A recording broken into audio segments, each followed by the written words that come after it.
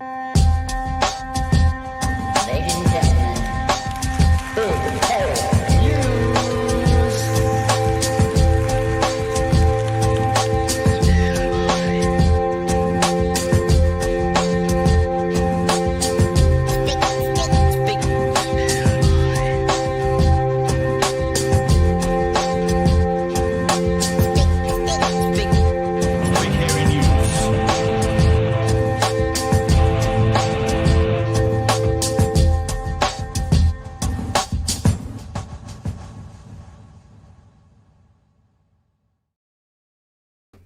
Hey, kia ora koutou te whānau. Welcome back to Bright Hairy News, the Friday edition of Big Hairy News with myself and Magenta's back. I'm back. I missed you guys. Yay. It's been so long. I know, it's like But 2 like in weeks terms since of we were here last news, week. like so much has like genuinely when I was trying to get some memes and like a little roundup of what I've been up to ready, I was like, holy shit. So much has happened. So Yeah, I'm glad to be back. that's lovely. What did you get up to last week? Was it Pride related? Yes, actually, if you chuck me up on the screen, I got a few photos to show everyone. For one, I thought a bit of a yay. show and tell since it's been a bit. Went to oh, the Pride so Parade, great. and I saw the most amazing upgrade from the Brian Tamaki Pride flag that we've all seen. This was Winston Peters, gave me so many giggles. And also this just dude who was dressed up like a disco ball dancing with a road cone on his head. Because why not? Just why not? And then this is me with some of the BHNers. Hopefully they're watching today. Mark and Noah and Avery. And I just met that lady on that day, so I don't know her name, but it was fun getting to march in the parade with a bunch. I could see others around too, like a few of them that I didn't get to walk with, but that was a really good vibe. And then I went to Newtown Festival, so I got to catch up with Craig, which was fun. Yes. So I was stoked to get to see him, and Cahoots Workshop, which we all heard from Jade when they were fundraising for the workshop here in Wellington for women and gender minorities. They made these awesome Green Party earrings. I actually have one on tonight. And so I got in contact with Tamitha, and the next week we got some of these in for fundraising for the election. So starting strong already. And then for my work, I got to go to a show, and Paul Goldsmith was just casually seated in front of me. And when I told the group chat, I got dared to take a photo of me pulling the fingers. And look, I pulled it off. I'm kind of impressed with myself. But yes, it was a fun few weeks, very busy, very gay. Had Pride Bingo last night, and the night before was Werewolf, or Queerwolf, as I like to call it. Oh, cool. Yeah, no, it's a shame we couldn't have had more people, because I would have loved to have gotten into some of the more complex versions of Werewolf, but it was good to play it again. It's been a while, so yeah, it's been a good couple of weeks. Definitely tired, and I'm looking forward to things slowing down for a little bit. Feel free to take that off the screen. I'm pretty sure that's it. Cool. Yeah, I was right. Nice. Wonderful. Well, Oh, thank yeah, you that's for what I've been updating up us. to. So it was a good and reason you weren't here Yes. then. yes, As in, well, like, actually, you had good reasons for not being here. Sorry, yes, it's a good reason you weren't here, Magenta. exactly. Yeah. So I obviously on the last Friday I went out to a party for Pride, and I came up for to go with the vapors, and then I look at my phone and I'm like, why is Pat texting me? Why is Citizen Gold sent me a DM on Discord? Wait, why is the group chat? And then I'm like, and then I obviously found out that that button, did you dirty? So that was very And it was fun to rewatch though. It was so fun watching you and Brie having your little girls' Friday. It was adorable. Oh, it I loved was. It was the BHing with the girls. Right. Magenda's away. The girls here to play. Exactly. great. But nah, and it was. I've got a few comments that I've snipped from the weeks that we can have a look at later. Some very funny ones. Nice.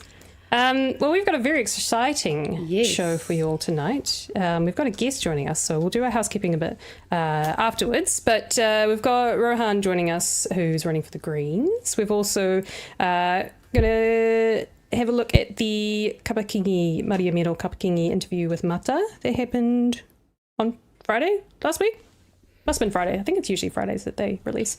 And we'll also do an update on the fuel crisis because I think that's on everyone's mind. And I also found something that is going to be quite interesting for y'all to watch. We're going to actually look at the words spoken by the CEO of Marsden Point himself to reiterate the situation and what the best thing is to go forward. You might be surprised. Okay. Be surprised. Fingers crossed. Oil company CEO might have something sensible to say. But anyways, we'll talk about that later. For now, we should welcome to the show for the first time, very new to the show, Rohan O'Neill-Stevens, who is running for the Greens in Nelson. Is that correct?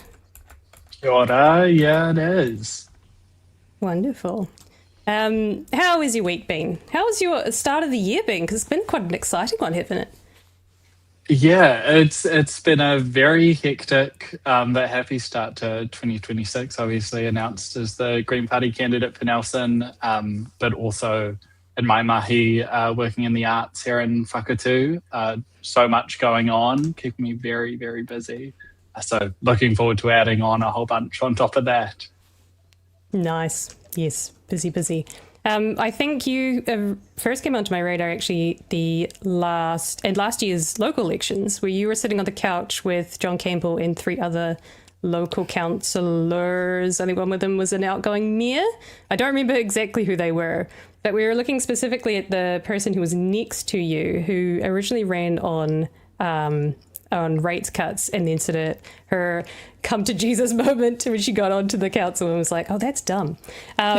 But you were sitting there on the couch with them, and I think Magenta and I were very excited to see a young person and thought you were very eloquent, and it's very exciting things for you. Yeah, it's always funny. I feel like it's quite a common transformation you see in local government of people who are like, this is really simple. I have all of the solutions. We're just going to cut spending and the world will be better. And then as soon as they get into any position of authority or like actually have responsibility to care for the residents of the place that they live and go, oh, that's a terrible idea. Actually, this is way more complex than I thought it was. Wow, who would have thought that like having services costs money? And so it's always nice to see that transformation, and she definitely put it very eloquently in that moment. It was nice to see. I think it was just kind of like a bit of a like shock to hear someone who was pro rates caps just suddenly go, no, that's dumb. And it's like the typical sort of, I guess the typical facade of the typical kind of person that you would expect it to be like cap rates. But to see that transformation is nice to see, that sometimes people will kind of come to their senses a little bit once they actually look at what running a council or running a region actually looks like, right? Yeah, I guess it's what you like genuinely hope for in an elected member, which is they'll look at the evidence in front of them and apply their best judgment and values to that. Sadly, obviously not the case we have with our current government, but a girl can dream. So true. Yes, very true. They're free, which is affordable at the moment. We need as many as we can get.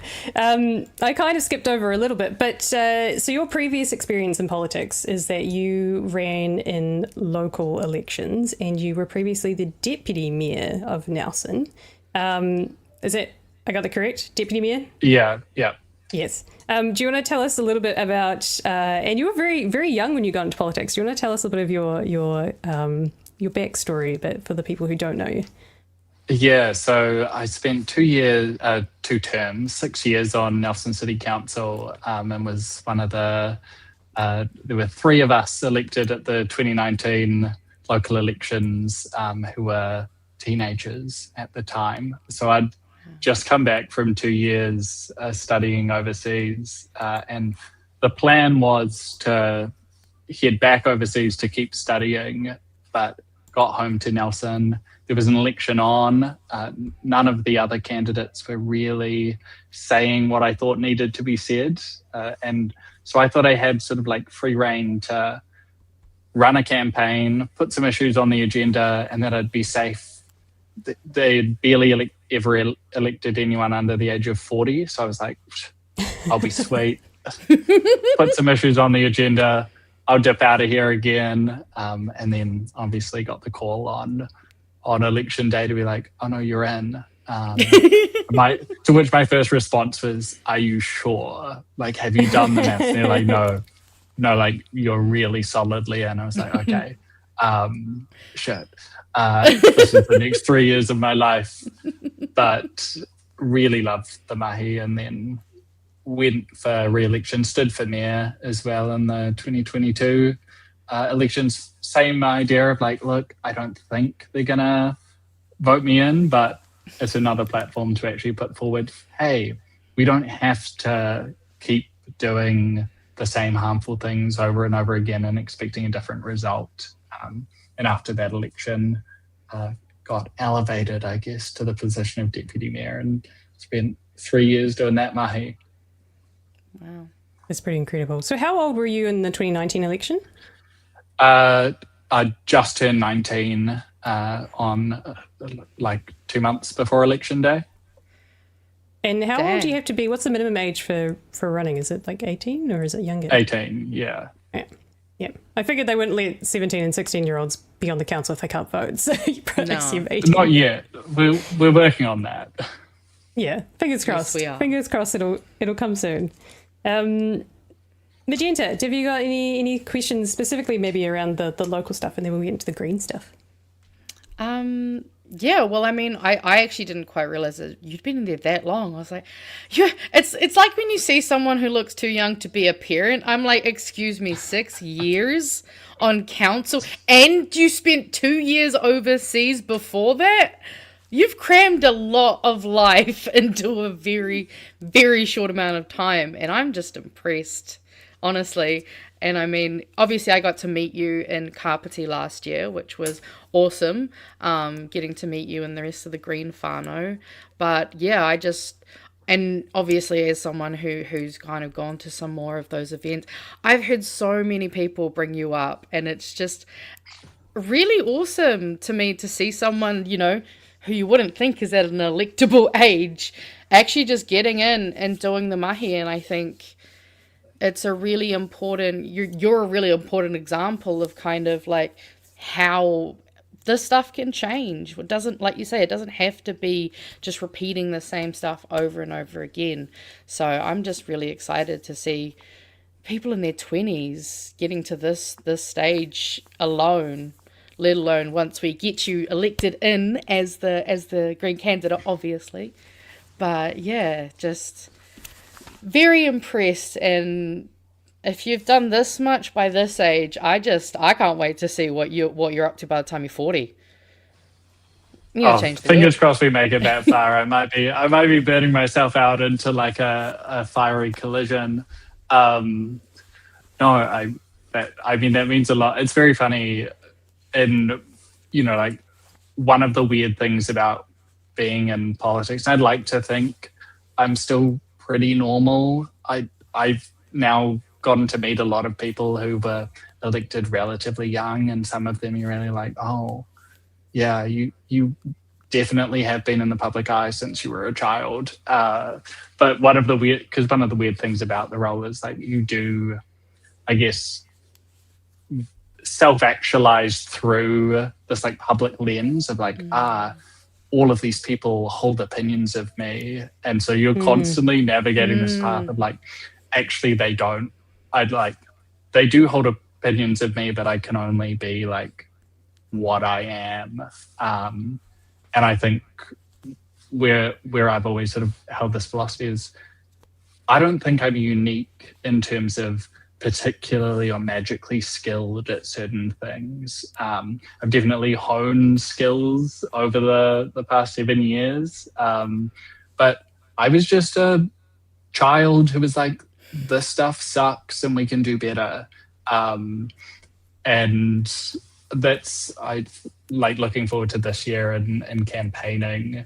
That's really on my mind of how do we actually push power back into our communities and go, like, you get to choose what the world around you looks like. There's so many things outside of our control, and there's a lot that it's really easy to feel, I guess, like helpless or, especially, with looking at the Middle East and the genocide in Palestine and in Gaza and the US and Israel's attacks on Iran and, the flow-through effects here, talking about it later with the fuel crisis, is it's really easy to feel super helpless in those situations and like the world is happening to you.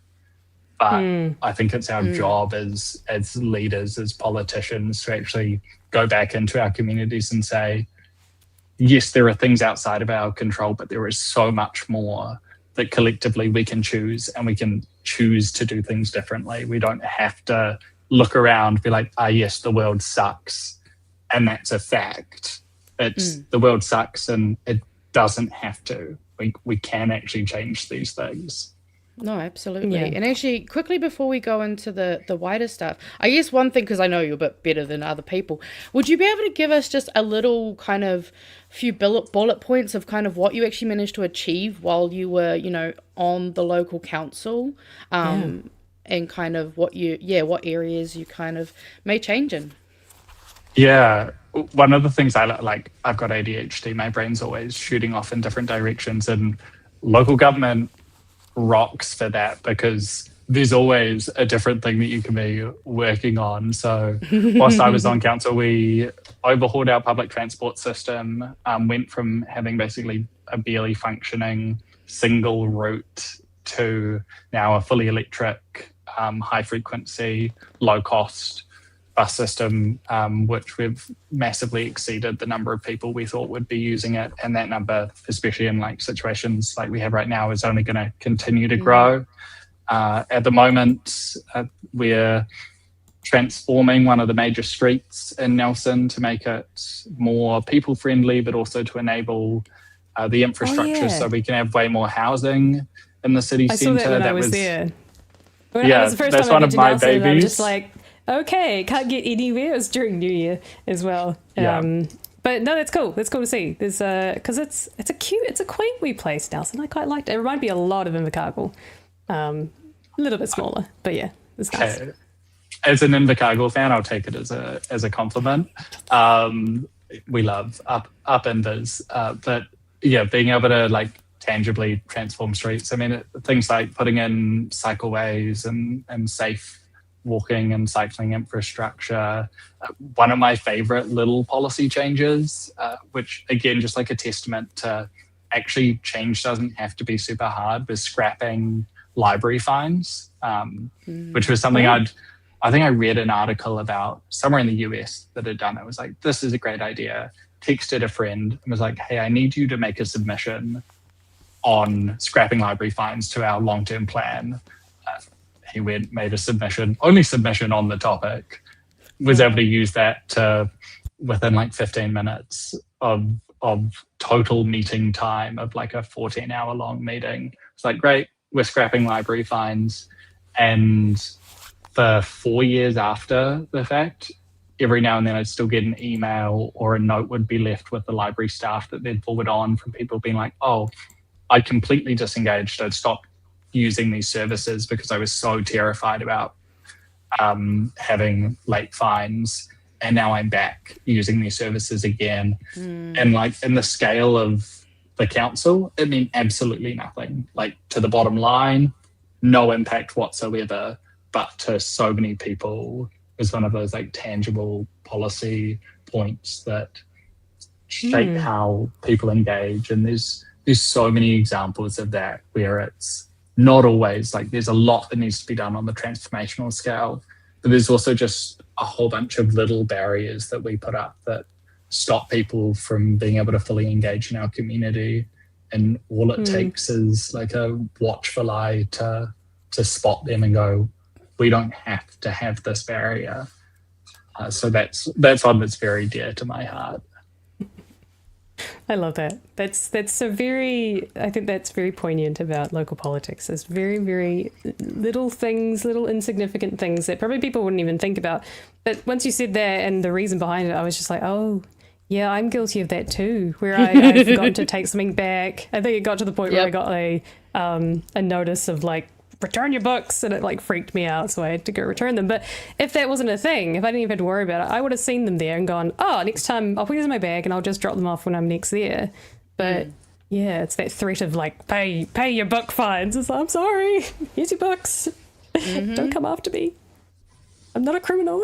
And now I can walk into the library and not worry about it. So you're moving into national politics. Not the National Party, but nationwide politics, should I say. What's the reason for going... so you're obviously not sick of politics because you're continuing on with it. Why go nationwide with your skills? Yeah. So I decided not to stand again in the 2025 local elections, and that was like quite an independent decision. It's been very funny since announcing. A whole bunch of people being like, yeah, I knew as soon as you announced that you weren't standing, this is what you're doing. And I was like, I'm glad someone knew, because I didn't.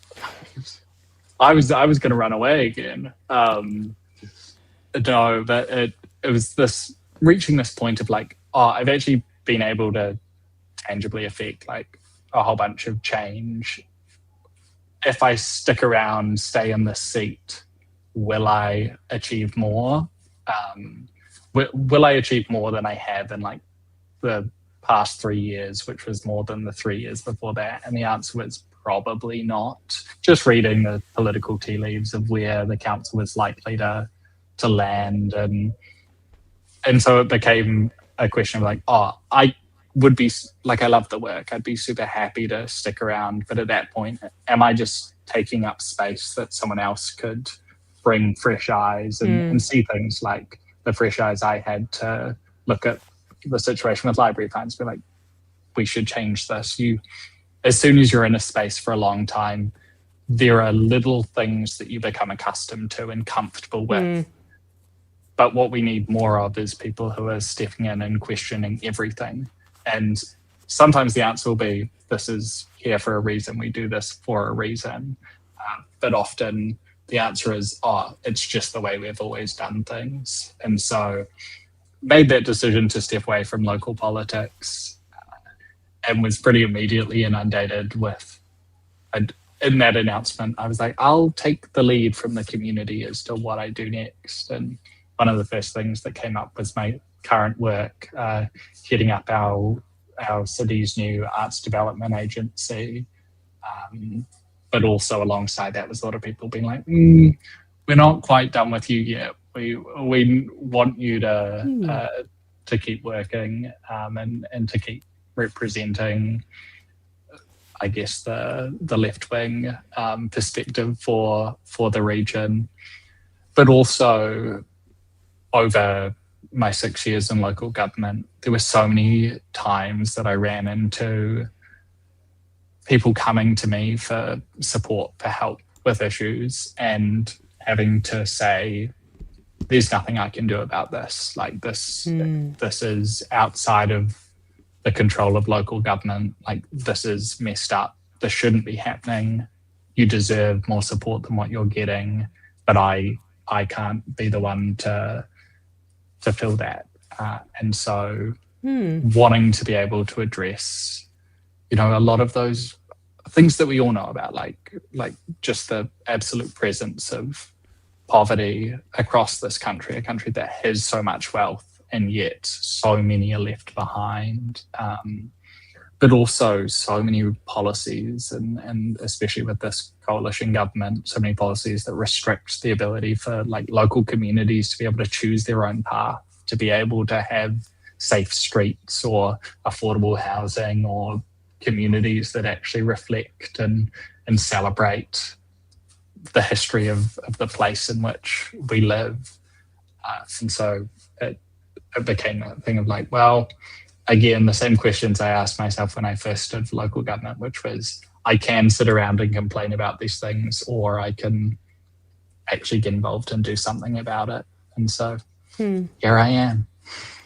It's really interesting that someone, or I suppose people have come to you with the questions, but you can't necessarily provide the answers because they are bigger than what your role was. I suppose that in a way is kind of telling that you had people who trusted you that were looking to you for answers, and they felt like you were the one who could change those things and help them with those things. I guess that is kind of the calling of like, well, I have that trust and I have that community behind me who want me to see me do amazing things. Then I guess I should. I'll run for. So why the Greens? What called you to the Greens? I've been a member of the Greens since 2017, and what sort of first took me there was, at the time, is the last national government was pushing through wadable rivers, as they became known, the complete dropping of our water quality standards, and just a continued degradation of our planet. And so I was really upset and worked up about that, as well as then looking for a party that would actually not just speak to those environmental issues, but actually the fundamental social injustice that is present at the heart of our economy. And then I think it was Jan Logie, the incredible Jan Logie, and Marama Davidson came to town and had a meeting with some of the young green aligned people in the city, and I went along to that and was like, yes, here is my home. Like, here are people who aren't looking to just give the easy answer, but are actually engaging really thoroughly with like both what I'm saying and the ideas that I'm putting forward. And it's not, when you're like interacting with a politician, and I know quite a few Labour and national MPs and candidates, people who on a personal level I like, and I watch their brains switch off and the messaging guide that they've been handed by their party switch on when you're talking about a certain issue.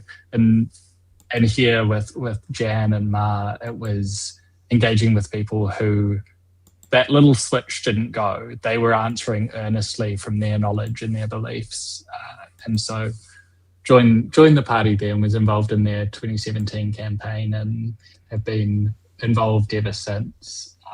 But it's, to me, the Greens are the only party that genuinely captures the full scale of like what is broken, but also with the like evidence-based policy to say, here's how we can fix this.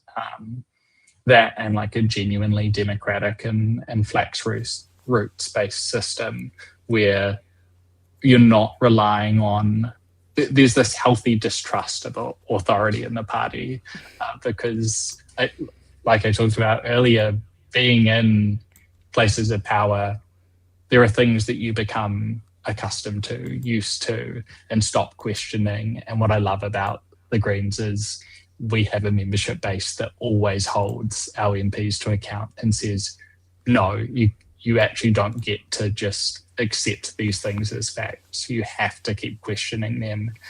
And I guess as a leader, as a politician, that's a real source of like comfort to know that it's not you going in there alone having to hold the line by yourself. You've got thousands of people across the country supporting you and calling you in when it's needed to say, hey, actually, are you sure you're still on the right track?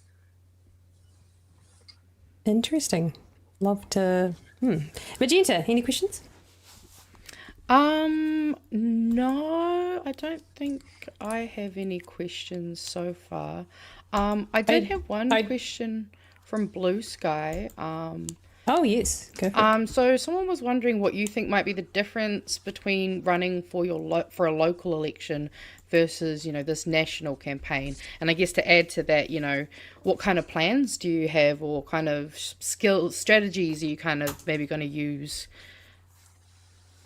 Yeah. I mean, one of the big shifts is I was running unbranded for council, and so it was just me. It's like, hi, I'm Rohan. This is what you're getting. Obviously, carrying a party label, people have much stronger preconceived ideas and notions attached to that. And I've already enjoyed over the past couple of weeks since our announcement having some really robust conversations with people who are like, oh, we really like you, but not sold on the Greens. I mean, like, look, if you like me, you like the Greens. These aren't different things.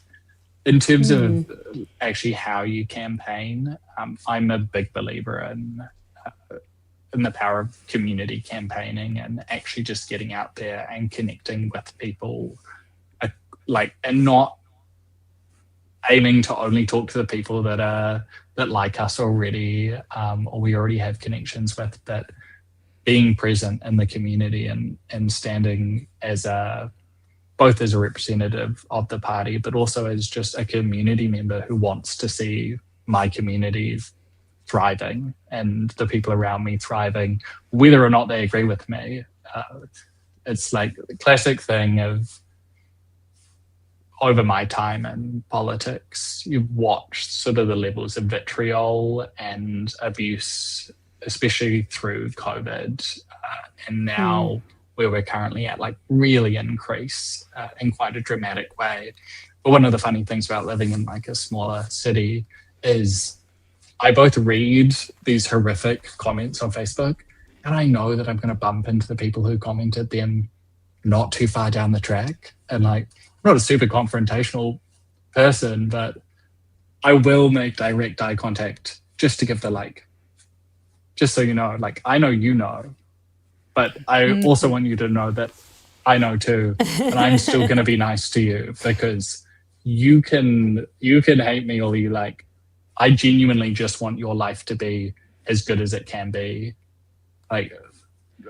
My politics comes from a place of love, and I think the more we can represent that and really champion it, the better the whole of our sort of political discourse will be. Absolutely. And I think I would agree, a lot of us greenies, that's what draws us to the party, is we're based in just wanting to care for one another and just not have a bad life. So, total cool. Radical idea. Right? It reminds me a lot of the stuff you see out of the States, where it was, I think it was even in the Cat Abagazale ad that she had as well. It's like, Cat wants you to have universal health care, as if it's a bad thing, which is quite funny. Yes. It was being facetious. But it is kind of one of those things of the Greens want you to have universal basic income or something like that. I don't know if it's quite the Greens policy, but along those lines. I did have a question for you, actually, because I thought I wondered if this was how important this was to the Green Party. But did you have to? This is a lovely photo with you and Chloe. Did you have to green out your wardrobe? Did you have to go and buy out a bunch of green stuff? I'm really lucky in that green has been my favorite color for a long time. If anything, what I did in local government was I blued out my wardrobe. Right now, actually, my fit, I'm blue jacket. I'm wearing blue pants as well, just to really psych people out on that level. But the double green fit did go very well. I gave away those pants, sadly. I met someone who really liked them, and I was like, yeah, please enjoy them. Shirt off is back. Oh my Yeah, goodness. Pants off your body. Whoa. You really love your community. Wow. Yeah, there you What go. a This is my sweetie. vote. I don't live there. Right? There's my vote for you. Well, what are you it's gonna do just with all I your know border how clothes? many. Are you going to start giving those away too? Change it out. It's just I know how much of my wardrobe is stolen from other people that it's only fair that I sort of balance okay. it out a bit. Yeah. Sustainable cycle, kind of. It's an ecosystem. Yeah. It's an early warning I give to new friends is like, if you're wearing something that I think will look good on me, watch out. Oh my goodness. Okay, so it's not love not that. pants off your bottoms. It's I stole it, so I must get rid of the Community evidence. wardrobe. Yeah, Community wardrobe. I love that. it's a circular economy. The pants will Yeah. come back to me someday, and that's good. I'll return.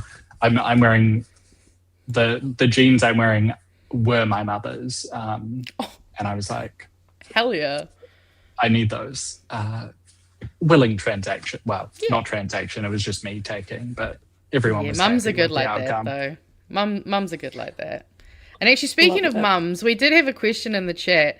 Are your parents fans of Lord of the Rings? Sorry, there were so many comments. No. Classic question. I was born before the release of the first of the Lord of the Rings trilogy. Shout out! It's a Irish name, so like I guess typically you pronounce it like Rohan. Yeah. So no big Lord of the Rings fans. I've read The Hobbit. I still haven't actually read Lord of the Rings, so I don't my like Lord of the apologies. Rings, so it's fine. Yeah. You're all good. It's fine. It's fine. Some of the chat won't like that, but that's fine. It's No, okay. We yeah. won't judge you. They won't, but hey. I can give movie hot takes on it, but that's it.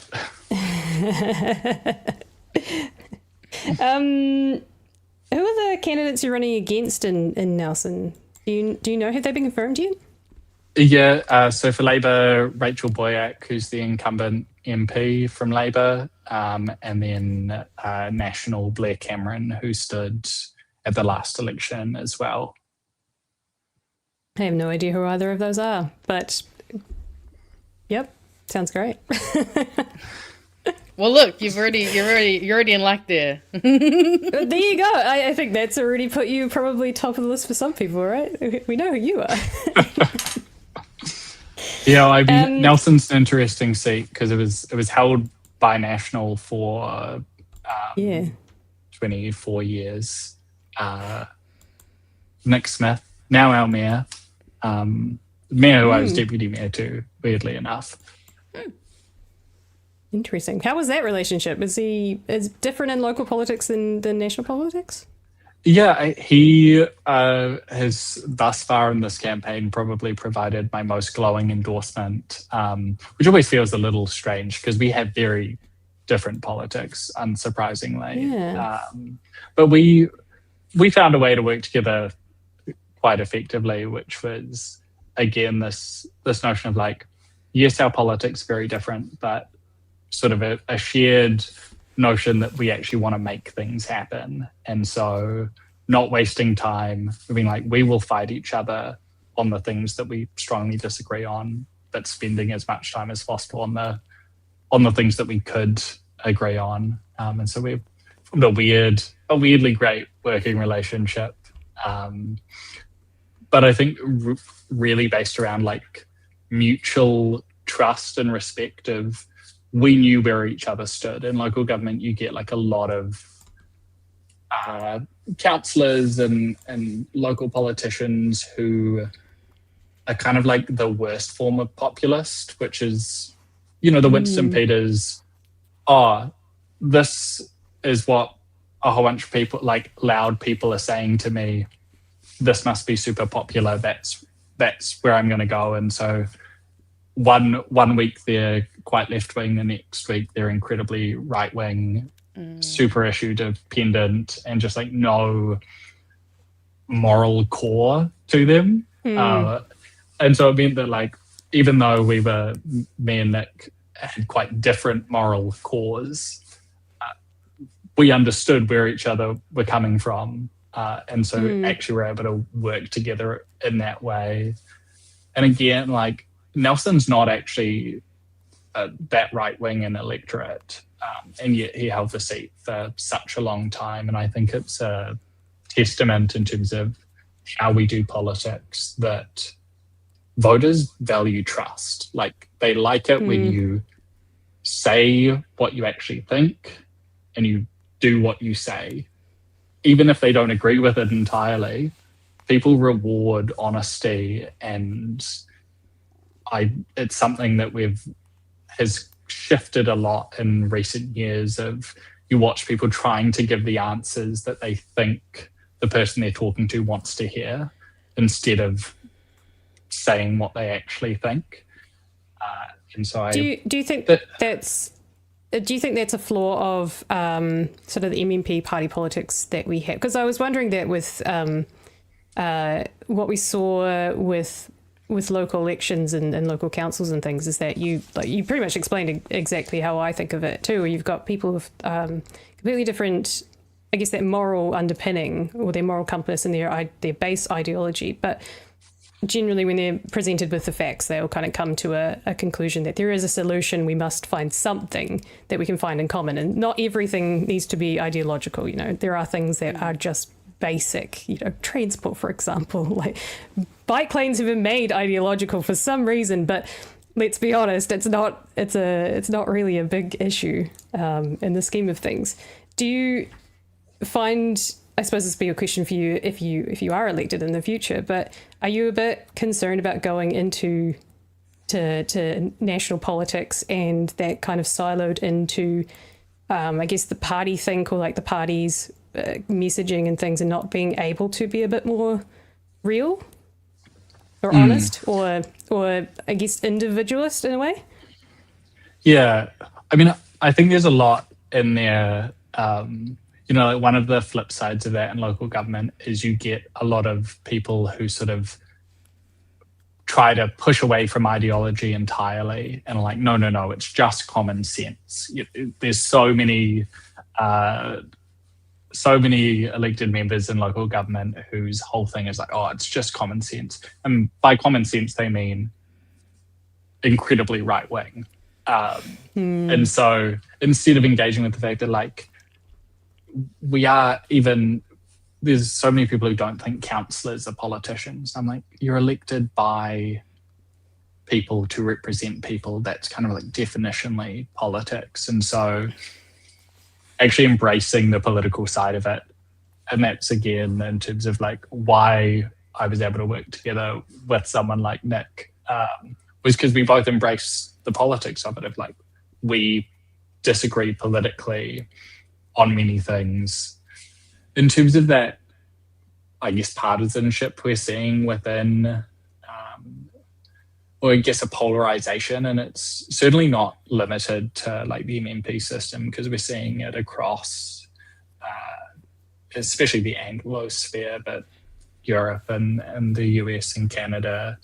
I think one of the problems or causes of that polarization is a sort of separation between actual ideology and the messaging of it when it comes to how governments are governing. You've got centre-left governments that use a whole bunch of language that sort of sells something more radical and then delivers a program that could just as easily be delivered by a centre-right government. And you have centre-right governments doing the same thing but using much more radical language to sell that. And so I think it's less a worry of like losing that honesty, and more that we've created an aesthetic of politics that is divorced from the reality of the policies that they want to implement. And I think that that's, again, why I'm a member of the Greens, is because our messaging and our policies match up. We're not promising radical transformation and putting forward policies that tinker around the edges. We're saying we need to radically transform, and here is a policy platform to radically transform. And that to me is is again one of the strengths of MMP is you can have that. You can have this broader spectrum represented because we have a genuinely representative parliamentary democracy. You're not at risk of, like the UK, where if you were to hold an election today, despite not carrying that much support, Reform with a horrific platform would do incredibly well. And that's been the seeds of their success have been planted by both Conservative and Labour governments there, promising a lot and delivering the exact same status quo management, and especially this current Labour government there that has said, campaigned on, we will change a whole bunch of stuff, and then has been so timid in doing anything. And all that does when the left in particular operates in that way is opens the door for the far right and for, right-wing populists to come in and speak to the genuinely felt disaffection among the working class. And instead of providing genuine solutions, scapegoating immigrants, scapegoating like the diversity of our communities. I don't know if that answered the question, but no, it's fascinating. I we've kept you for quite some time. I did say 20 to 30 minutes, but we've kept you for quite some time. And I hear that the clubs and the pubs are calling you in your youth. Right. Magenta and I are far away from our youth these Hey, days. I got ID'd yesterday. I almost didn't get to go to bingo. It was embarrassing. Bingo, I was the one person who didn't have my ID. And he was like, bring it next time. I was like, thank you. The most youthful of activities, bingo. Right? Yeah. It's drag bingo. It makes it cooler. The state, the what do you call it? If you're still getting ID'd, you still look young. That's what I was getting at. Yeah, I mean, I'm not going to be mad. I don't think there was any major questions in the chat for you. I think we've all just had a fascinating time just listening to someone so young and so eloquent. And Chat's been loving it. Yeah, I mean, you could just be here all night and just tell us all about your experiences in local politics. It's fascinating. I'll be having this conversation now, and I think a lot of us will say we look forward to your campaign and really hope that you get the win. But it'd be interesting to talk to you if you do get in a couple of years' time and see how things have changed for you. Because I feel like the system, unfortunately, we've seen a few times kind of takes young people in and spits them out a little bit, and not necessarily in a good way. So I hope the system doesn't deter you from all the amazing things that you're able to do. I did on your Instagram while I was just doing my research, as you do. You've got an event coming this weekend. Is that correct? Yes, our first little volunteer event. Immediately looking at the RSVPs and going, I maybe should have been slightly more organised, but we play it fast and loose in the top of the south. But looking forward to again being able to have the conversation with people who maybe have never engaged in any form of electoral politics before and go hey, here are meaningful things and tools that we can hand across to you to be able to shape whatever future you want to see, and not tying that to, and you have to always support me or always support the Greens, but actually here's how do we, the constant question in my mind is how do we shift power back to communities? And one of the key things of that is actually upskilling and recognizing that change and movement building is a practice that we have to repeat and teach each other. And so that's what Sunday is about, is having a good chat, talking about what we want to do, but then handing across as many of those skills to people who hopefully will then choose to use them for me selfishly, but at the very least can go off and fight the good fight in all the many ways that it needs to be fought. Absolutely. Wonderful. And we've got a couple of very lovely comments that I feel like you should hear is, wow, Rohan makes me happy to be a Green member. He is awesome. And I feel hope for the future listening to Rohan. Thank you. Yeah, And for sure. I mean, I total all of those sentiments. I really appreciate you coming on. No, Yeah. thank you. And that's what the campaign is about. It's like hope. This is what we need to be giving to people right now. Absolutely. Oh, wonderful. Well, thanks. Yeah, thanks for coming on. Appreciate it. Anytime. If you've got anything you want to rant about, this is the place to do it. And we'll definitely catch up with you closer to the big day and see how things are going. Yes. Yes. For Wonderful. Maria. See you later. Thanks for joining us. Thank That you. was Rohan O'Neill-Stevens, who is running for the Greens in Nelson. That was wonderful. I can put I little know, banner up now right? too. That feels so good. Oh, I feel refreshed and like Right? there's hope in the world. I'm ready for us to nice. ruin our own fucking mood. It's gonna be great. I know, Like I'm so sorry. stoked. I'm so sorry, guys. It's about to get real. dark It's fine. and I've got plenty of memes for us today, so we'll be able to bring it back. We'll be able to bring it back. Fingers crossed. Oh, that was so fun. So fun. I know we're not, well, I mean, BHN is very partisan and we're very left-leaning. We don't apologise for that.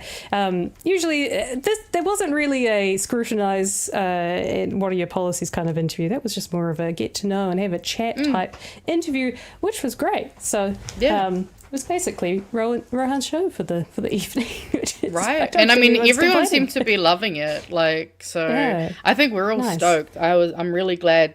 And I mean, that's kind of why I really wanted to get Rohan on the show, is because, like, I obviously got to speak to him a lot. And I'll never get over just listening to how his brain works. Like, I think I saw you start a comment. Anyone getting Chloe Swarbrick vibes? Yeah. And I think Yeah. that's it for me. It's like watching a new young person coming up and just being so onto it across so many like fields of knowledge, and just also the very clear ability to work bipartisanly, and kind of like, Yeah. like Chloe works with Wayne Brown, they just get shit done for Auckland.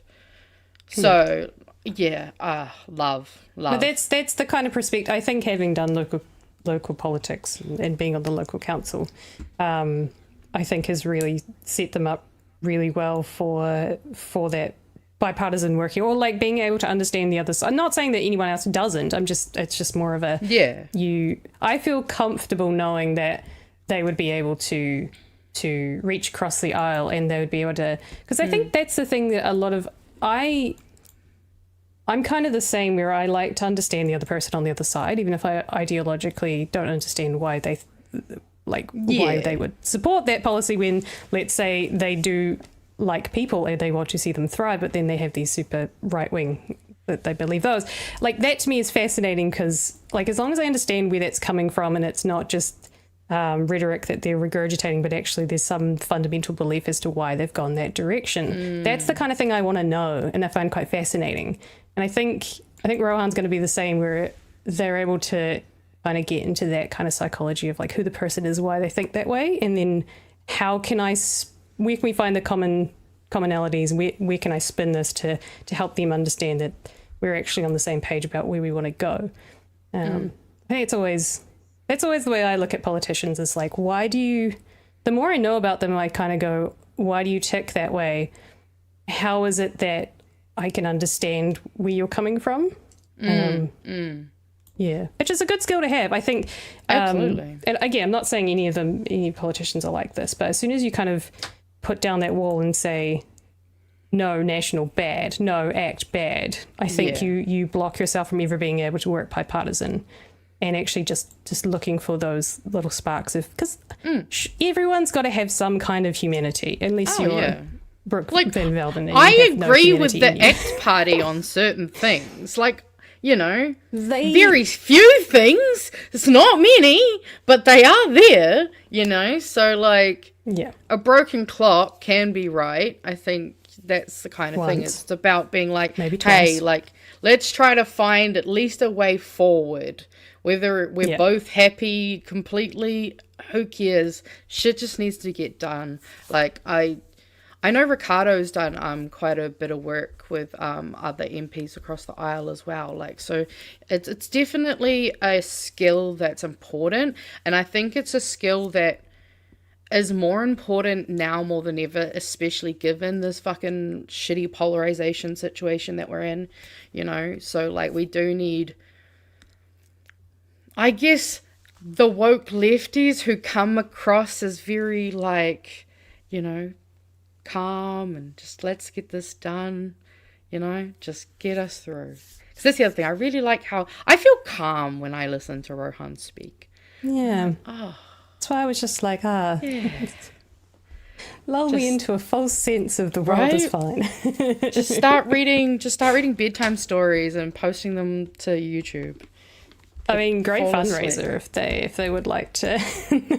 Hey, like an something they could do after politics. We got to get outside the box though in fundraising. Yeah. So I'm always down for thinking laterally. It's great. Well, that was wonderful. I hope you all enjoyed that. We should probably get to our housekeeping that we did not do. Yes, I didn't housekeeping. Want. Well, yeah, good thing you didn't. We took long enough as it was. Look, got to get to the pubs, the clubs, the pubs and the clubs. Which I'm sure Nelson I was going to say, do they have many? I was going to say, I don't know much about Nelson, but all I know is it's not that big.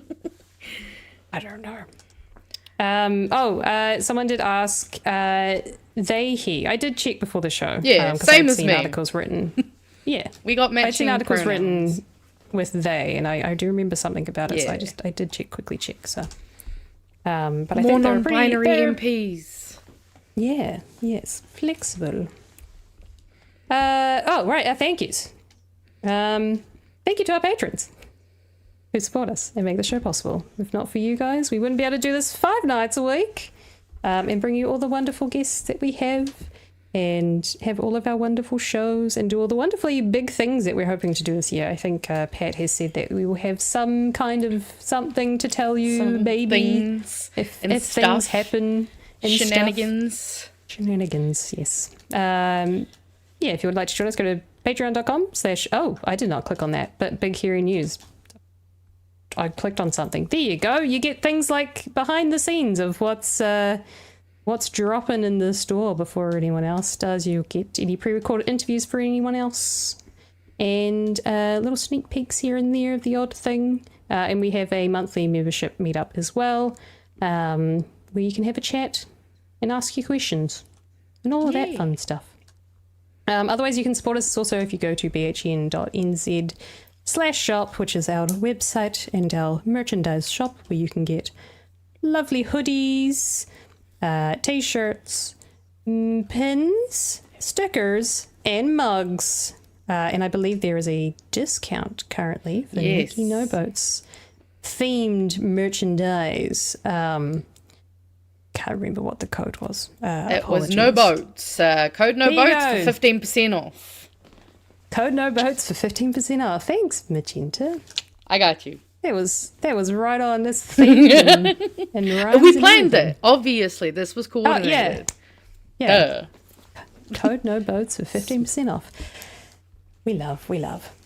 Okay, what do we want to get into? Actually, our 2 stories aren't that depressing. No, well, I don't know what the fuel thing is, so I'm still holding out on the fuel thing. I've obviously seen the Mariameno thing, so I'm just excited for that. But also super chats potentially. you can't. Oh, that's annoying. No, isn't it? I don't have. I need control back. All right, we'll get through these ones then. First, the horns of the Green Party have called Rohan. Yes, very true. Paida says the beacons are lit. Lit AF. The Greens call for aid and Rohan will answer. I love these. The adoption of MMP was a political miracle. And just letting you listeners know that this is from Eric, letting you listeners know that I will be at the Petone Rugby Club at UD Street for the Petone to Grenada community session from 11 a.m. held by the NZTA. Thank you, Eric, for the reminder for anyone who would like to head along to that. Is that tomorrow?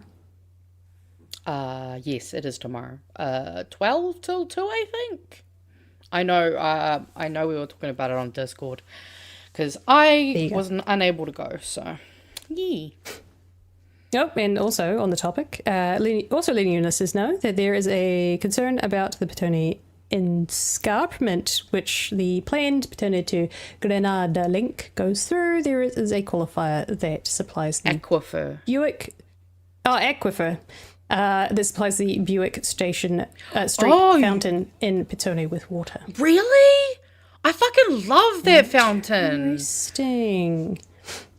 Oh, they better not mess with that fountain, man.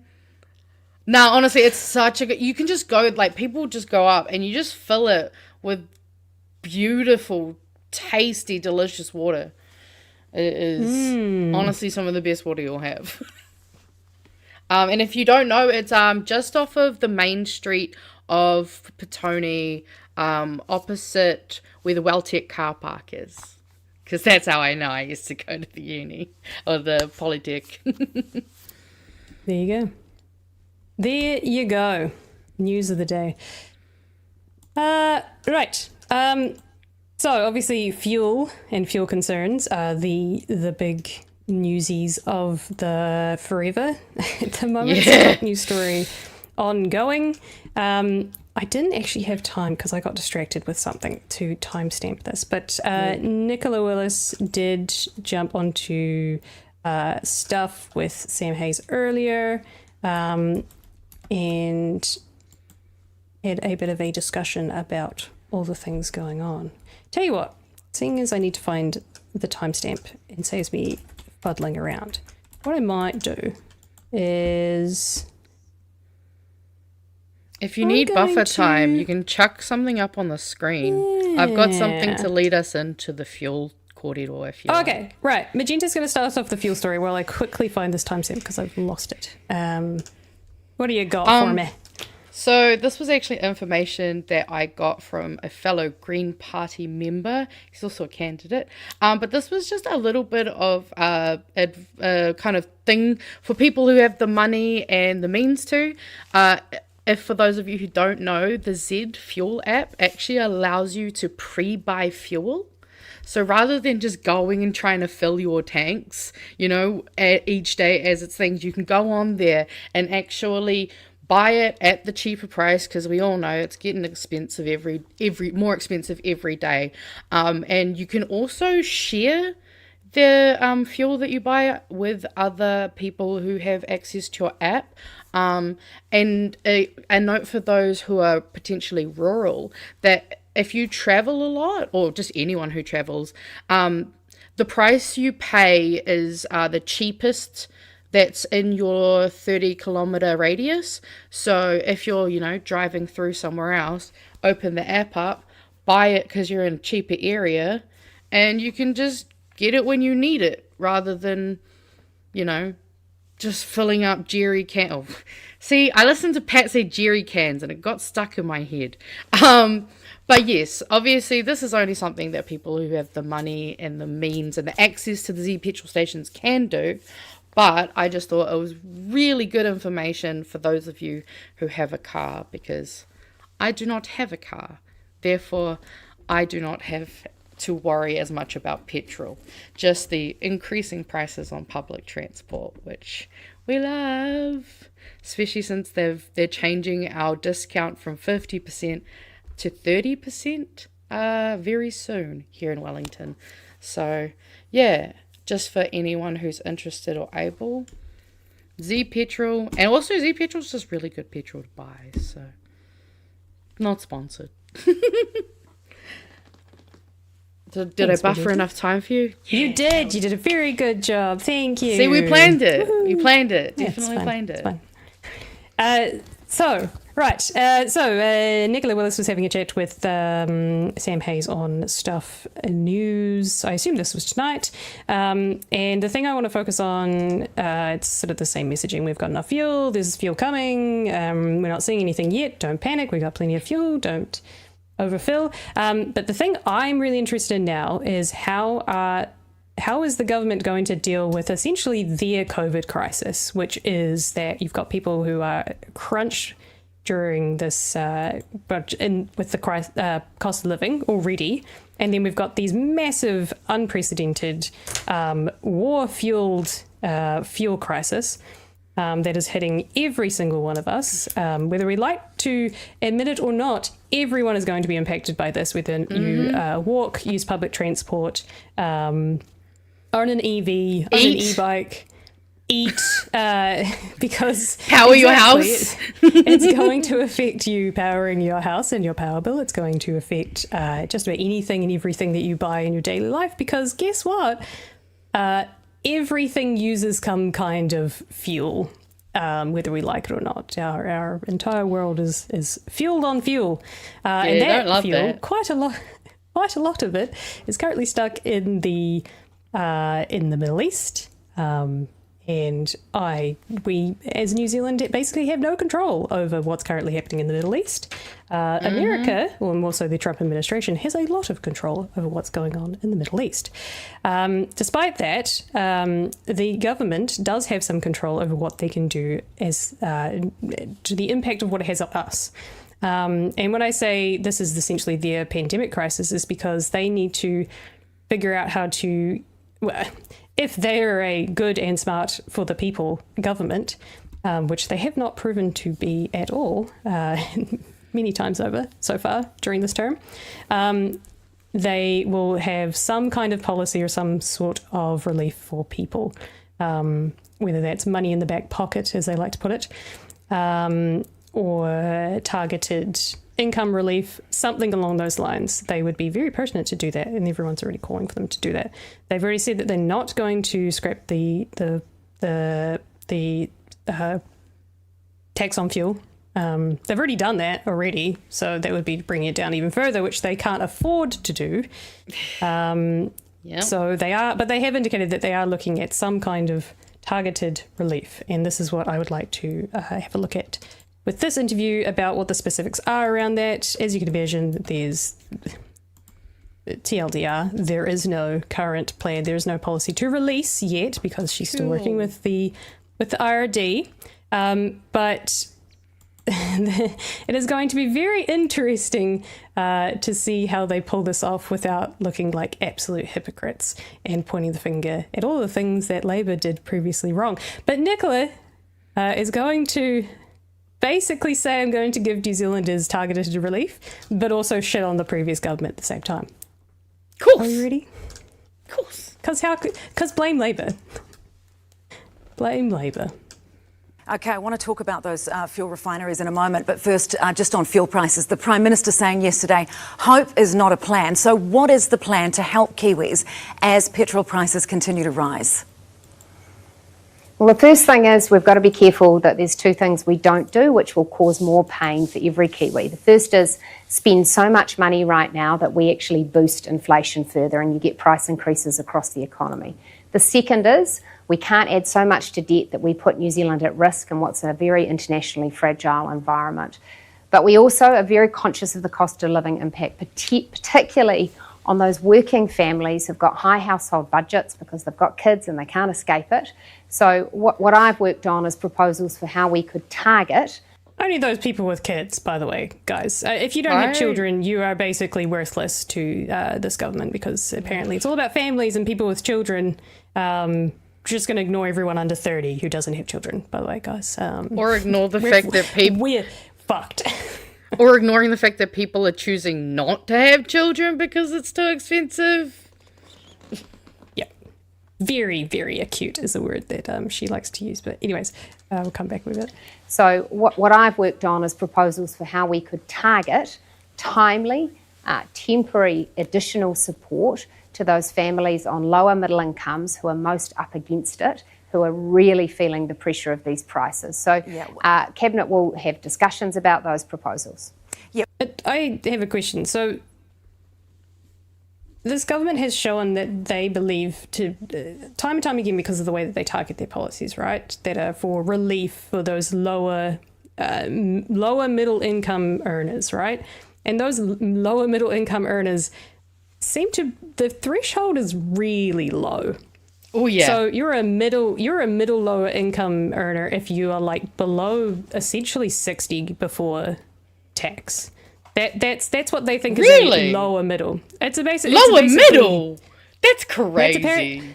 Apparently, if you're on 70k, that's about lower middle. That looking at their policies, that's generally the band where they start to go 70k. Yeah, you don't need support, which is bullshit because there are so many people and so many families who come out and say, I'm on above 70k. I'm in that weird threshold of like I'm not fucking rich, but I'm struggling. And they don't target to those people. And then they also say if you're a beneficiary, which you fucking don't make anything, you don't make anything, you merely live as a beneficiary, then I reckon this policy that they're going to put out, and this is me speculating, they're not going to do shit for people who are beneficiaries because they already get something from the government. That is, I believe that is what they're going to say and do.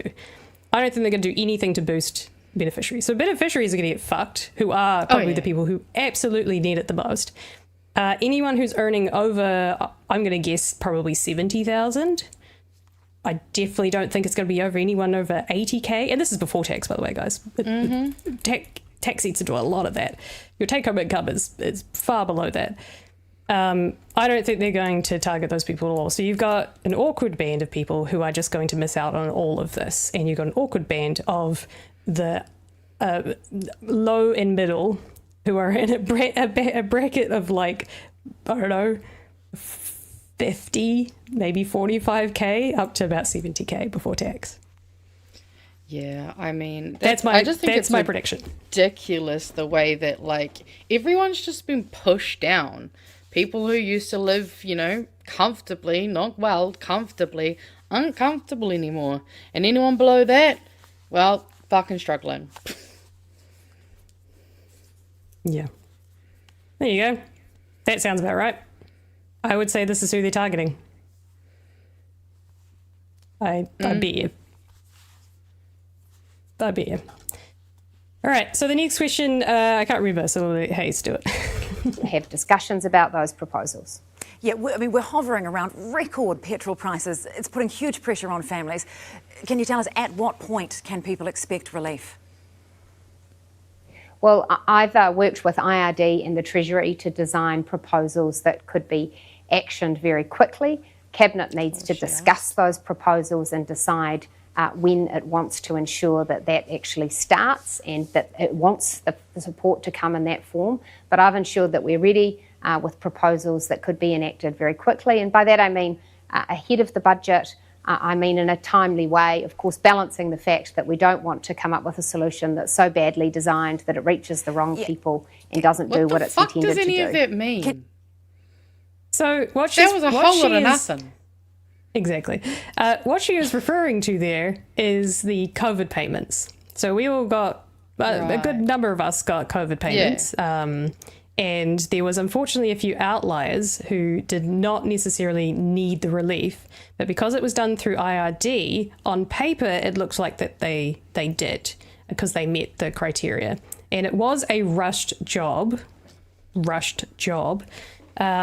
because it needed to be done fast and people were desperate for relief, and the quickest and easiest way was to get it done. And maybe your bands weren't perfect and you've got people who received payments that shouldn't have, but the opposite of that is that they could have targeted it so tight that you have people who needed it and would have missed out on it. So I much prefer that they sprayed the money and they may have got a few people that didn't need it than not sprayed the money. This is Labour I'm talking about. Then not sprayed the money. Sprayed the money, I say. Dished out the dosh, the free money from the government. Then pull it too tight that you had people who missed out and actually needed it. So that's what she's talking about. She's saying that we criticised, they did. National absolutely criticised all the way throughout their election campaign. They still do it today. They say blame Labour. She's still doing it in this interview where they threw money around, the lolly scramble that they like to talk about. She's referring to that here. So their messaging is going to be, we're doing this correctly and very targeted, and it's very, it's perfect. It's going to be a perfect IRD. It's going to be done through IRD, by the way. It has to. They've proven that they can do that. Don't blame us if it's not perfect, because we'll tell you it's perfect. So you can't possibly criticize us for getting it wrong, because they will. They'll get something wrong. It'll go to people that it shouldn't go to. Or it won't go to enough people. There's the risk that you have there, and you have people complaining, but I suppose they probably don't actually care about that. They're going to get labelled as hypocrites for this. I think there's no way, if they do it correctly and actually target the people who actually need it and open the band wide enough, they are going to be called hypocrites. Oh, yeah. For getting something slightly wrong. Oh, absolutely. And so they should. Yeah, absolutely, so they should. Chewy was saying it a lot this week, I think, actually. Just, they've built themselves into a corner because they've attacked Labour for so many, things. Now they can't do taxes. They can't do relief. They can't do jack shit except tell you that they're going to meet with some people and talk about some stuff. Like, I don't need concepts of a plan, Nikki. I need boats. I need petrol to not be, fucking over our whole country. I need, and because also, I'm pretty sure if we weren't aligning ourselves with the US, might not actually even have half this fucking problem. So, carry on. There's more to say, by the way, guys. There? There's more of... Well, I guess you didn't answer, so... Sam's doing a great job of trying, but there's more to say and there's more to not say, I guess. People and doesn't do what it's intended to do. Can you connect it to the price of 91, for example? I mean, it's around $3.25 today. If it gets to $3.30 or $3.40, for example? Well, look, we've been designing this package for some days. We know the price of petrol right now is too high for many, many people already, and we can foresee that price may go higher. So we're working on the policy proposal right now so that it's ready to go. We know that pain is acute, and we know that the more weeks go by where you're having to spend that much filling up your tank, the harder it will get for many families. Okay. I'm going to point out the speak there. The problem on many, many people, families, and acute, which means they're going to try their best to keep it as small as possible, and it's going to do fuck all for a lot of people. It gives the appearance of doing something. Typical fascism. Yeah. So, very, very acute, many, many people. Which one is it? Because I would argue this is going to impact just about everything that everyone in the country touches, whether they are in the higher brackets or in the lower brackets, have an EV, don't have an EV, have access to public transport, don't have access to public transport, etc., etc. Live in the city, live rurally. It's going to impact everyone because guess what? Everything uses fucking fuel. Unfortunately. There's more. Carry on. Is there more? Actually. We'll look forward to more detail on that. Got no details at all. Thanks, Sam. Thanks. Appreciate it. That's the update on fuel, which is nothing. The updates is I wish that Jacinda was still here. Imagine how much she would be reassuring us and, I don't know, implementing limits on how much people can buy so they don't panic. I called it 2 weeks ago. I called it and I said, this is our current pandemic. They need to act now because we are going to run out of fuel. Yeah. I mean, I called it. I said, we are going to have prices that are way too high. It's going to happen very quickly and we are going to run out of fuel. They need to start rationing now. And guess what's going to happen? Here's my lovely prediction for you all. Right. Nothing's going to happen. Well, sorry, everything's going to continue to happen over the Middle East. We're not going to see fuel getting out of the Strait of Hormuz. One of the other big oil producers is the US, and they're going to fucking hoard it all. And they're already raising their prices, which doesn't make any sense because they also refine. They produce it and then they refine it. I don't understand that. We're not getting it from them. We might as well get it from Russia because I can see those gates opening sometime soon. That's my other prediction. And like, we're gonna run out of fuel.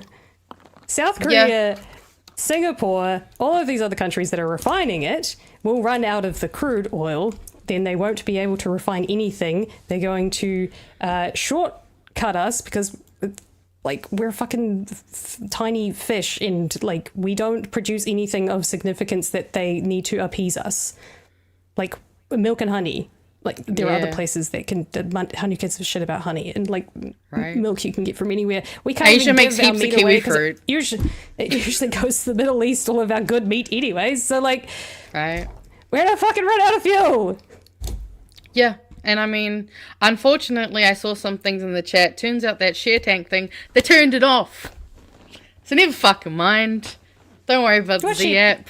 The thing I just talked about at the beginning. I mean, they were going to do it. It's a shame I couldn't have got that out to you guys a day earlier, but here we are.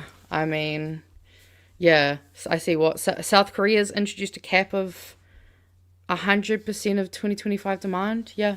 See, that's the thing is there's countries who are actually doing stuff about this, and I would really love to be in a country that was actually being run. Like, did you guys see the embarrassing dancing video of Luxon? He's embarrassing himself on the Polynesian stage. It wasn't even just him. His wife, isn't she like a ballerina or something? Even she looked really uncomfortable. And I'm like, aren't you a dancer? Why do you look so uncomfortable? Yeah, she's a dancer, but she is I think She's a ballerina. Chuck up the screen, my screen. As Chewie said, ethnically challenged. That was the comment. Ethnically challenged. And I mean, I myself do not understand how they couldn't have gone and, I don't know, hit up the local uni or the local like school being like, hey, do you got some Polynesian kids who could teach me some of that Pacific dancing? Give them at least a little bit of a rundown. Also, like, what she was wearing was very telling to me in terms of just straight up disrespecting the culture and the actual like event they were in. She was in like this very like prim white dress. It's like, girl, take part or don't be there. Like, you're not doing anything. You're not helping anyone. Your husband still looks like a dickhead.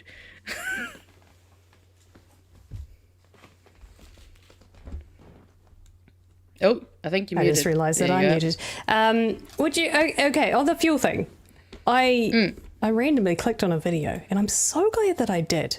So I've had a little bit of an insight from the CEO of Channel, which is the company that actually runs the Marsden Point refinery. Well, now it's actually a storage facility. But I found it on. So Madison Malone runs. I think she runs. I think it's under the Herald. Business with Madison, and she had a walk around the current Marsden Point. Obviously very pertinent at the moment because everyone keeps pointing to Marsden Point as the greatest failure of the last government in closing it, when the truth is that it was a private company that closed it. In fact, it's the company of the man who's about to speak to us. Not live, I mean, to speak to the camera, to speak to Madison, to answer the questions. And he did a really good job of explaining something very, very clearly, which is our fuel security. So let's have a look at what he has to say about whether or not it was the right thing to do to close the refinery. If I can find my timestamp. If I could please find my timestamp. Oh, it's right there. All right, let's go. Good. What's the answer, my friend? Are you listening, right-wing national government? Challenges offshore, there's been, another discussion about, the refinery closure. The government actually undertook an investigation of fuel security in New Zealand, and if you read that report, it showed that, rebuilding the refinery or having refinery capacity was actually the least efficient mechanism of building that fuel security. And probably the headline. What? Big Man Oil CEO referring to evidence, a report from an investigation about whether or not they should have closed his refinery, essentially.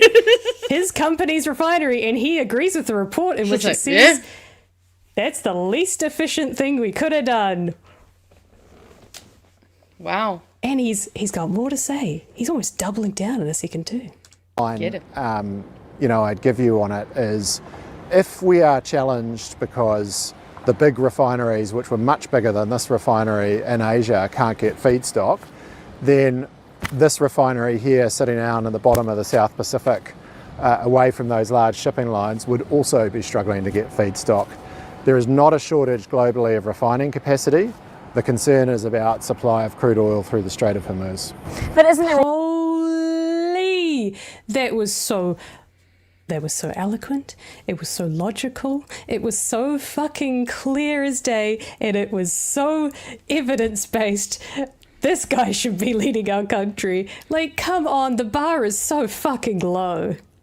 And that was so quick in such a short amount of time. I feel like I listened to him for a blip compared to whatever that concepts of a plan thing was before.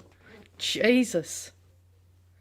And like, yes, this is his obviously his expertise. He's the CEO of the company, but it's surprising how easy that was to answer and just be like blunt, straight. No, the deal is done.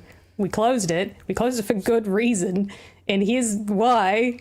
And actually, at the end of the day, wouldn't make a difference right now, because the logical thing is, if they're not going to supply the other refineries that are bigger and more efficient, why would they supply us in the middle of nowhere? Because that's not the issue. We have, as he says, refining capacity. We have it. We don't have supply capacity because we can't move things out of the Strait of Hormuz. Shane Jones, Winston Peters, you listening? There's your guy. There's your lobby man. You say, listen to him. I'm sure they'd find some reason to invalidate him. They always do. I'm sure they would say he's gone woke, but anyway, carry on. There's another question here.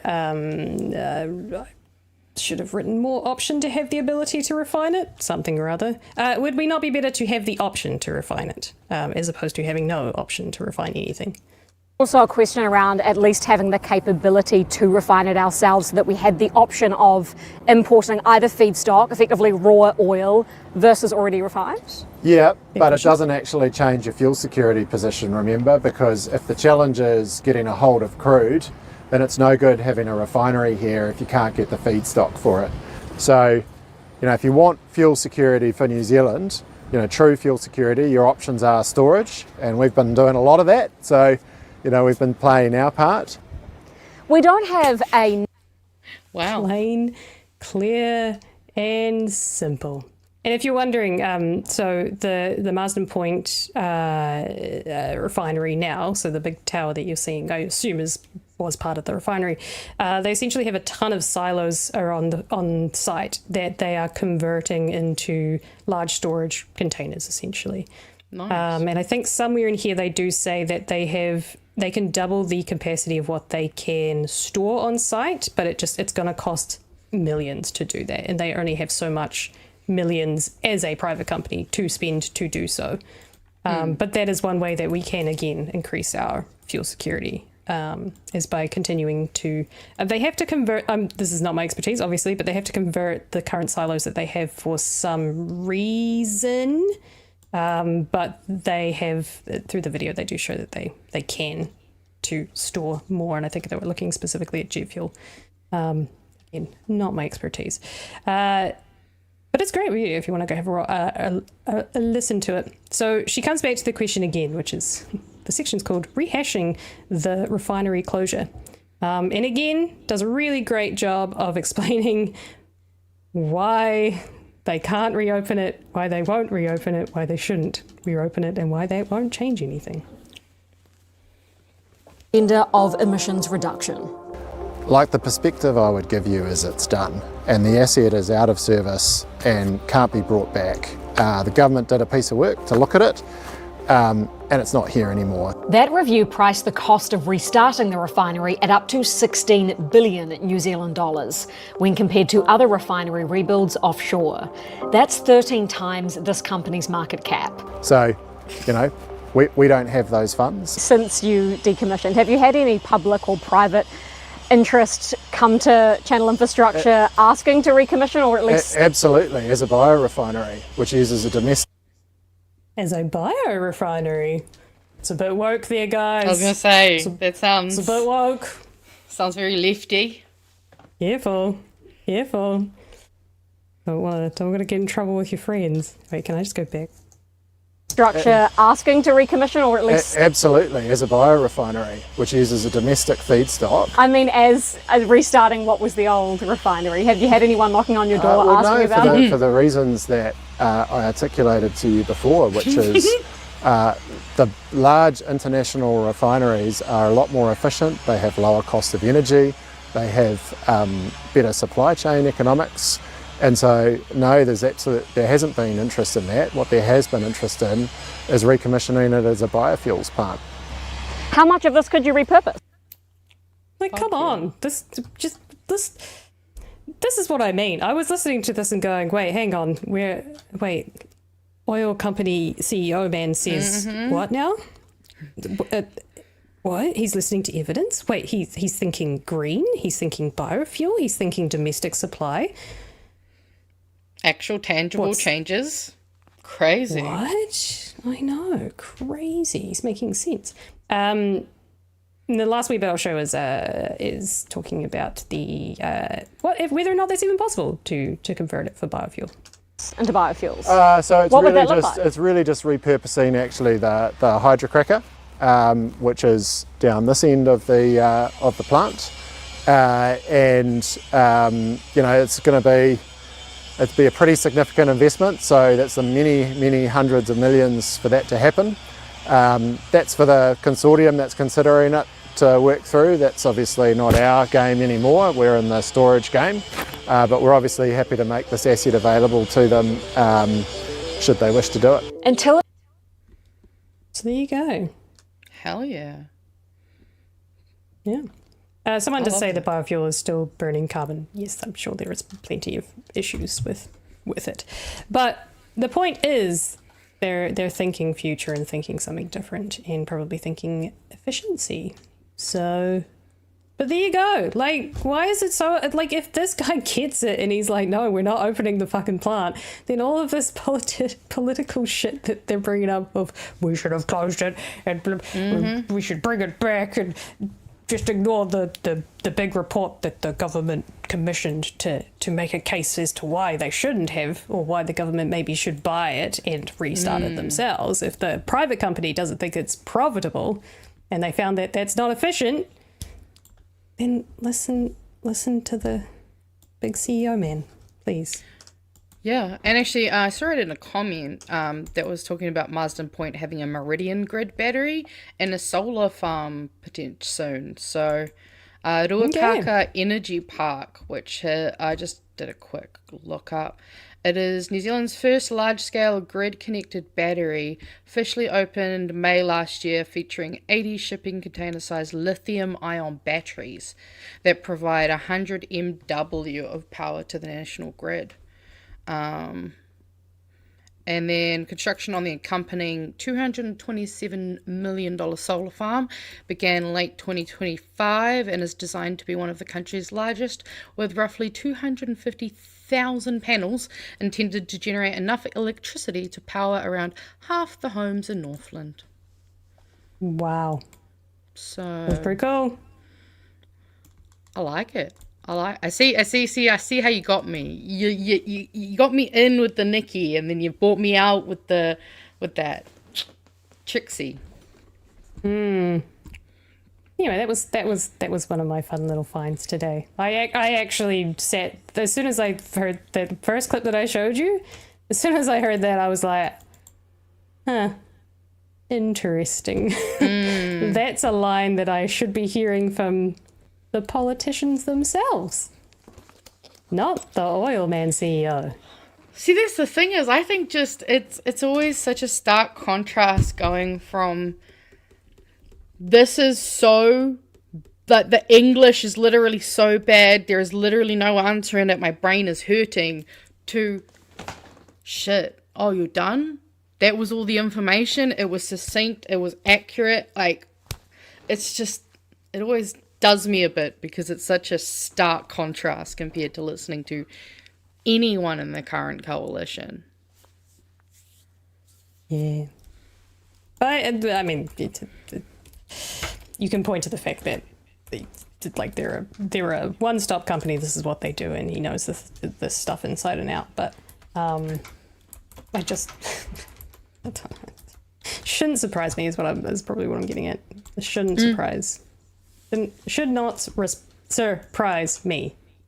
Well, it also actually just reminded me of the fact that Kiwi Bank did their New Zealander of the Aotearoa Awards. Mike Casey, who does the electrifying Aotearoa, Chewy talks about him a lot. I think Pat's gonna try get him on the show at some point. He just won one of the New Zealander. He got New Zealand Sustainability Leader of the Year. So lots of good moves coming in the way of renewable energies. I'm also just like, actually, did I clip the comment? Yeah, there was a comment earlier, and honestly, I think it just sums up everything I feel like I'm thinking about a lot of stuff. It's just kind of fucked up. The entire globe has their entire energy supply tied up by such an obvious choke point. Same way, like, we have poop going into the ocean. I'm like, how have these things been set up this way? They're so bad. Like, as a kid, I feel like I was so lied to. I was told all these adults were smart and they knew what they were doing. And now I'm an adult and I don't know what we're doing. All I know is I'm going to follow Rohan. There was I was watching a Hassan clip earlier today where he's talking about probably just the escalation of what America is doing in the Trump Netanyahu relationship. He's just cracking up laughing because it's so absurd. He says, I did not think the end of the world would be this fucking hilarious. Oh, dude. And honestly, it kind of is. It's like funny. It's not funny, haha. It's funny bad. It's so bad. It's funny. Like, I don't know if you've been seeing some of the meme videos coming out of the US they've been coming across my bloody timeline. Like, the actual United States government is posting the most horrendous memes about them bombing Iran. It is like, again, as a teenager, I remember being online on memebase.com, looking at, all the fun memes, going, man, I love this shit. Never did I think I would live in a future where I find out world-breaking news through memes. I don't like it. I don't like this timeline. It's alright, it's our generation's version of comedy. Wartime comedy in my room. Yeah. Well, if we don't laugh, we will cry. So, is that a call for memes, is it? That is a call for memes. And then we're going to look at something that's slightly positive. Yeah. Chuck me up on stage. Just slightly positive. A little bit more positive. I really made my favourite comment the biggest. I knew it was a button. This is obviously from last Friday's episode. I had fun looking through the... So, when you and Bree didn't go live... Yeah, what do you mean I knew it was a button? Of course it's a button. It's always a button. Hey, it could have been you genuinely being late. They don't know. You could have been in the hospital. They don't know. But I was glad to see that at least chat were apparently having a very fun time with each other. I also loved this Bree hearing news. I thought that was great. And also some people that was their first time meeting Bree, and I'm just like, well, if you want more of Bree, watch The Collective. Oh yeah.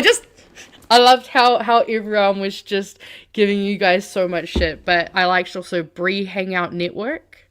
We had some fun little jokes in there. The hilarious thing is I saw the odd comment when I looked over that I'm like, big nothing news, and Rajan said it. And I, was just like, I usually look at chat to make sure that we're good to go. And for some reason my brain just, like, I didn't click. 100% thought I clicked the 2 buttons, I did the thing. Bree and I were having like this, we're having our girly catch up, we're having our spiel. And then I get a message from the boss and I'm like, fuck. What? What do you mean we're all right? Yep. Nothing's... Oh. Oh. Yes. Oh. Yes. So. I definitely got a text message. I was obviously in the club, so when I came up and was looking at my phone, and I was just...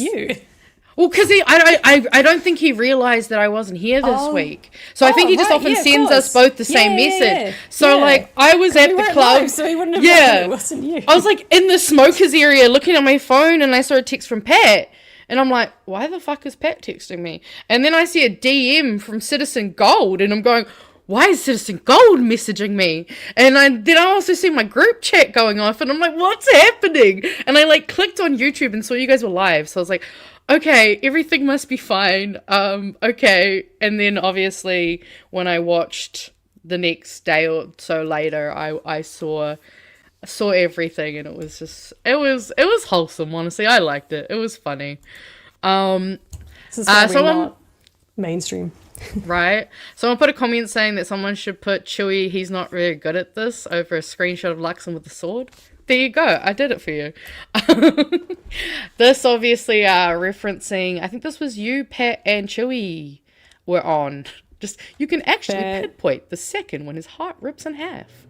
Oh, you can literally see it on his face. It's so good. What did he expect, though?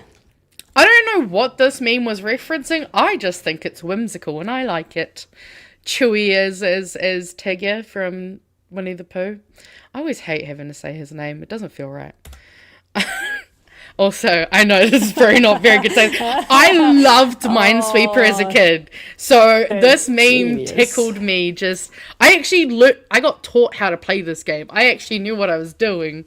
I hear that's not often the case for many people. So, whenever anything to do with numbers is in the news, Craig, I choose you. And you know what? I know you've done illustrations of Pokemon before. I kind of want to see you turn Craig into a Pokemon and Pat into a trainer. That would be hilarious. I can do Pat as a trainer. I don't know if I can do Craig as a Pokemon. That's okay. Maybe someone else will have to. Okay, Kiwi Boob, do you reckon you can turn Craig into a Pokemon? Collab. I'll do Pat. You do the Pokemon. All right. Collab incoming. Right? Oh, Jesus Christ. Yeah, I thought this was a beautiful edit of Nikki shell shock in the wall. She kind of looks like she comes from the Royal period too. Right? And that's just an actual screenshot of her. Jesus. Just Erica total cool. Obviously Nicola Willis's money bazookas. Hey, can I copy your homework? Sure, just make it look different so that it doesn't look like you just copied it. Sure thing. COVID alert levels. Fuel emergency level system. What happens at each stage? I mean... Told you this is their pandemic. Right? Good luck, guys. You're gonna look like hypocrites. And just a reminder, Mark Zuckerberg created a website to rank his female classmates by their appearance, and it ended up destroying democracy, in case you're wondering about the consequences of toxic masculinity and patriarchy. Sorry, I should have jump scared you guys for this Jesus one. Christ. Yeah, I was sent this by a friend who was like, I know this isn't a meme, but I feel like it's a meme. And I have to agree. I feel a little bad. I'm sure whoever did the painting. Or I'm wondering if maybe the painter tried to do him dirty on purpose. I don't know. I don't know where I sit with it. I don't want to be rude to the artist, but also, God, that's terrifying. And then we might as well save the few other memes I've got for later, in case we need them. Yeah. reminds me of the Charles one that was like super deep red. Oh, yes. And that also reminds me of the photo shoot that a photographer did with the White House. And everyone was pointing out like, oh, you did these guys dirty. And then everyone was like, yeah, have you seen the history of the photographer that they chose for some reason, knowing his history of what he does, which is like political commentary through photography? It's clear as day that he did them dirty. I don't know if you've seen it, but it's like the massive close-up of, what's her name? Is it Carolyn Levitt? The like press secretary?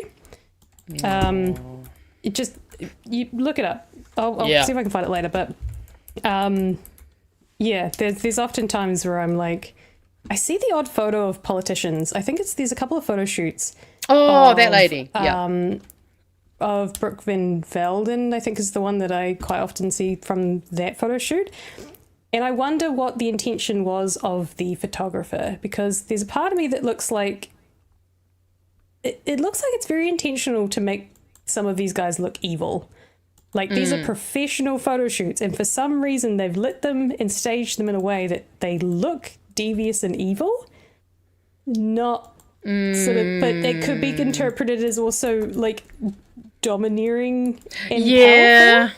And it crosses that line where I'm like, does that photographer, is there some commentary in there that's like a little bit hidden? And I don't know. Kind of have to ask the photographer themselves, but it is one of those things I have to see, like, art of politicians, and I go, I think I know what you're telling us. No, I mean, I totally get what you mean. But, also someone, despite all my rage, said, Luxon in the style of Metalocalypse. He does not deserve the honor, unless we are animating him to be murdered in the most brutal way possible. That's just my opinion. But yes, always fun when there's bad painting. Oh, obviously. Shall we have a look at Mariameno Kapa-Kingi? Yes, I'm always down. We're 12 minutes to 11, so it might be a wee bit of a long show, but that's okay. Yes, but we still. I mean, it makes sense. We spent so long talking to Rohan. It was great, but it was worth it. So this is obviously after the High Court ruled that in favour of Mariameno, who was able to be reinstated to Te Pāti Māori. I don't know what the exact ruling was, but she won the case in which she was unfairly dismissed. And so this is sort of the aftermath of this, and it's a very raw interview. And there's a moment in here which kind of broke my heart a little bit, about how she felt when the leaders basically indirectly attacked her, and was pretty very raw emotion, I think. I can't find the exact timestamp, so I'm going to have to do a bit of a scroll through. I've got all the other ones, but for some reason this one didn't come up, so give me a moment. Hopefully.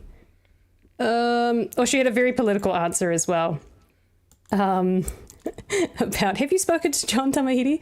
Yes. Well, we haven't spoken. We've exchanged words, not good words, but we've exchanged words to one another. There has been discussions. There's been discussions. Also, yes, from the chat, Afroman did win his court case. And if you guys don't know about Afroman's court case, go watch the recent Daily Show episode. Yes, so good. It's great. So good. Right. Hopefully I found the right question. Because they stood, up in front of the media. Yes. And this is talking about the two co-leaders and how it was brought that she was being dismissed. Stated that you had, what was the wording? You had brought disrepute, was it, to the party? Yes, they did. Do you have confidence in them, Debbie Ngāti Wapaka and Rawiri Waititi as co-leaders? Well, I don't think anyone has given the judgment, but I recalled that actually just the other day, and I remember feeling what that was when you get that.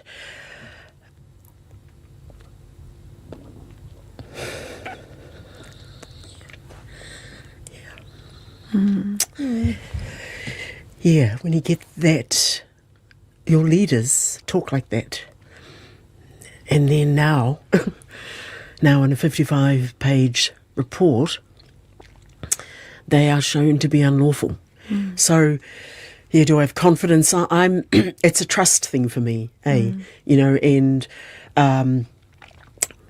do I feel, can I trust them? Right now it is on very shaky ground, but I am a forever hopeful person, and so I'm keen to have those straight and discussions and just see what that comes of that, Mihi. So it does. You're such a strong wahine, and ask you that question and it makes you tangi. Does it feel personal? Yes, of course. Yes. Yeah. In reality, I want to hug her so badly. I know. I feel it's a tough one to watch because you can really see that it really hurt. It really hurt. And I think if there was any validity to it, I don't think, well, obviously the court ruled in her favour, but if there was any validity to it, I don't think she would have taken them to court. And I don't think she would be as emotional as she is. And proven that it was unjust. So that emotion's very, very real and very raw. And I think she does come across, it has in the past, as very strong, but very motherly as well. So yeah, seeing her crack like that is pretty. This is actually a really nice interview with Mihi Narangi, where it's very careful and very empathetic, which I think it's a different situation. It's a different tone. It's not accusatory in terms of, like, we're not talking about policies. We're not talking about the politics. It's really about how she's experienced all of this, and because it wasn't justified, how she's feeling now and what the future is. Any thoughts, Imogen? Well, yeah, I mean, like, for me, that it's just a Māori way of conducting, like, an interview, because also I think one thing that people need to remember is that, like, Mariameno and Tariana Turia, they were whanaunga. Like, they are family. Like, this is the party of, her family. She has been betrayed by her wider family as well. So, like, that's why when all of this started happening, why I guess I was relatively quick to jump to the side of Eru and Mariameno, because they're the kinds of people that don't take a step like that unless they've been backed into a corner and kind of forced to do something like that. And even, like, the way, like, this court case is just about, it's not about, oh, haha, now you have to let me in. It's no, I just want to make sure that my name and my mana is not being, just trampled all over, because that's what they were doing. They were trying to discredit not only her as a politician, but her family, especially given the context of the Tākuta Ferris interview, where he talks about the meeting where Kiri Tamihere was trying to get everyone to basically do a ceasefire, and JT was like, no, I'm going to get my revenge on those Kapa-Kingi boys and their media company. And it's really sad. It's really sad, because she is such an amazing politician and human being. And honestly, if we could bottle up whatever magic she had, like, her and that whānau have, like, her kids, amazing, all doing amazing in different areas, And, like, I know Eru's put out a few statements over the last week or so in regards to, everything that happened, the whole Kiri Tamihere of it all at Waitangi. And I mean, it's really sad. I think it's, unfortunately, seems like there's some egos that are just ruining it for everyone. And I think it gets mentioned in there, but I just feel really bad too for Oreni and Hana. The amount of mahi that I'm seeing, like, Oreni's quite often in the house when I'm watching, Parliament TV. Like, same with Hana. And I do see Debbie at Awiri, don't get me wrong, I'm not saying they aren't there. But I see Orini's doing a lot of work. I also see the Greens often having to cast votes on their behalf because they're just not in the House. And I mean, that's not me saying that they can never not be in the House, but it seems quite regular, and there's just such a fracturing within the group that it's just really sad. Lovely segue, because he does ask about Mariameno's relationship. I think they talk about the four of them. I believe it was the one who passed away was one of the four, Orini, Hana, and... Oh, yeah, Takutai. Oh, it was Takutai, sorry. No, Yeah. No, wait, is that the one who passed? No. That's the one who passed away. Yeah. That's the one who passed Takutai, away. Yeah. Oh, Takutai, and then there's Takuta Fair. Okay. Yeah, so it's Takuta. Yeah, Takuta and Takutai. I knew yeah. that. Yes, I knew. I was like, no, it's Taku. Yeah. Okay. Yeah. She gets asked about that and sort of the how their relationship is now, whether or not they're still kind of working together when she's outside the party at the moment, and what's the feelings around that. Let's go a little bit forward. Oh, it's muted. Oh, come on, me. I would not say that on the internet. No. Maori voices do a lot. All of us in Te Iwi Māori, not sure all of us follow through. In terms of Te Pāti Māori though, Hana, Orini, both young voices who hold seats. Could you be part of a party that they led? I think it's, again, Mihi, I think it's one of those bigger conversations. When we had our kohewhata hui, and we went kohewhata, and we went to Kirikiriroa with Hana, and, we were with Orini in between that.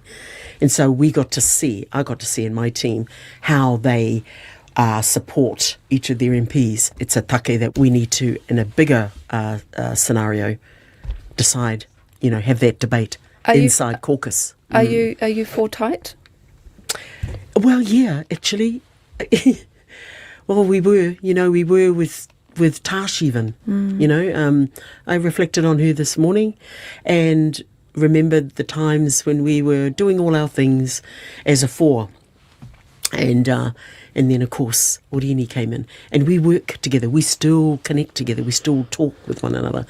But I see how tough it is for them, actually. I can see how strained it is for them. For everyone? Is everyone isolated? And then talking about the party in general, about how what's the feeling inside the party with all of this happening, sort of the factions that unfortunately have sort of been forced, I guess. Can see how strained it is for them. For everyone? Is everyone isolated from each other? Are things difficult in the party generally between everyone? I think this situation has taken a toll, and hard to know where to move first, what the timing of it is. I think that's taken a toll on everybody. But I think when Hana, so young as she is, and then Orini, so new in the role, and her trying to deal with her own frustrations, I think it's taken a toll on all of us. Te Ao Māori is waiting. Yeah, so there's some thoughts there about the future of Te Pāti Māori, and I think everyone's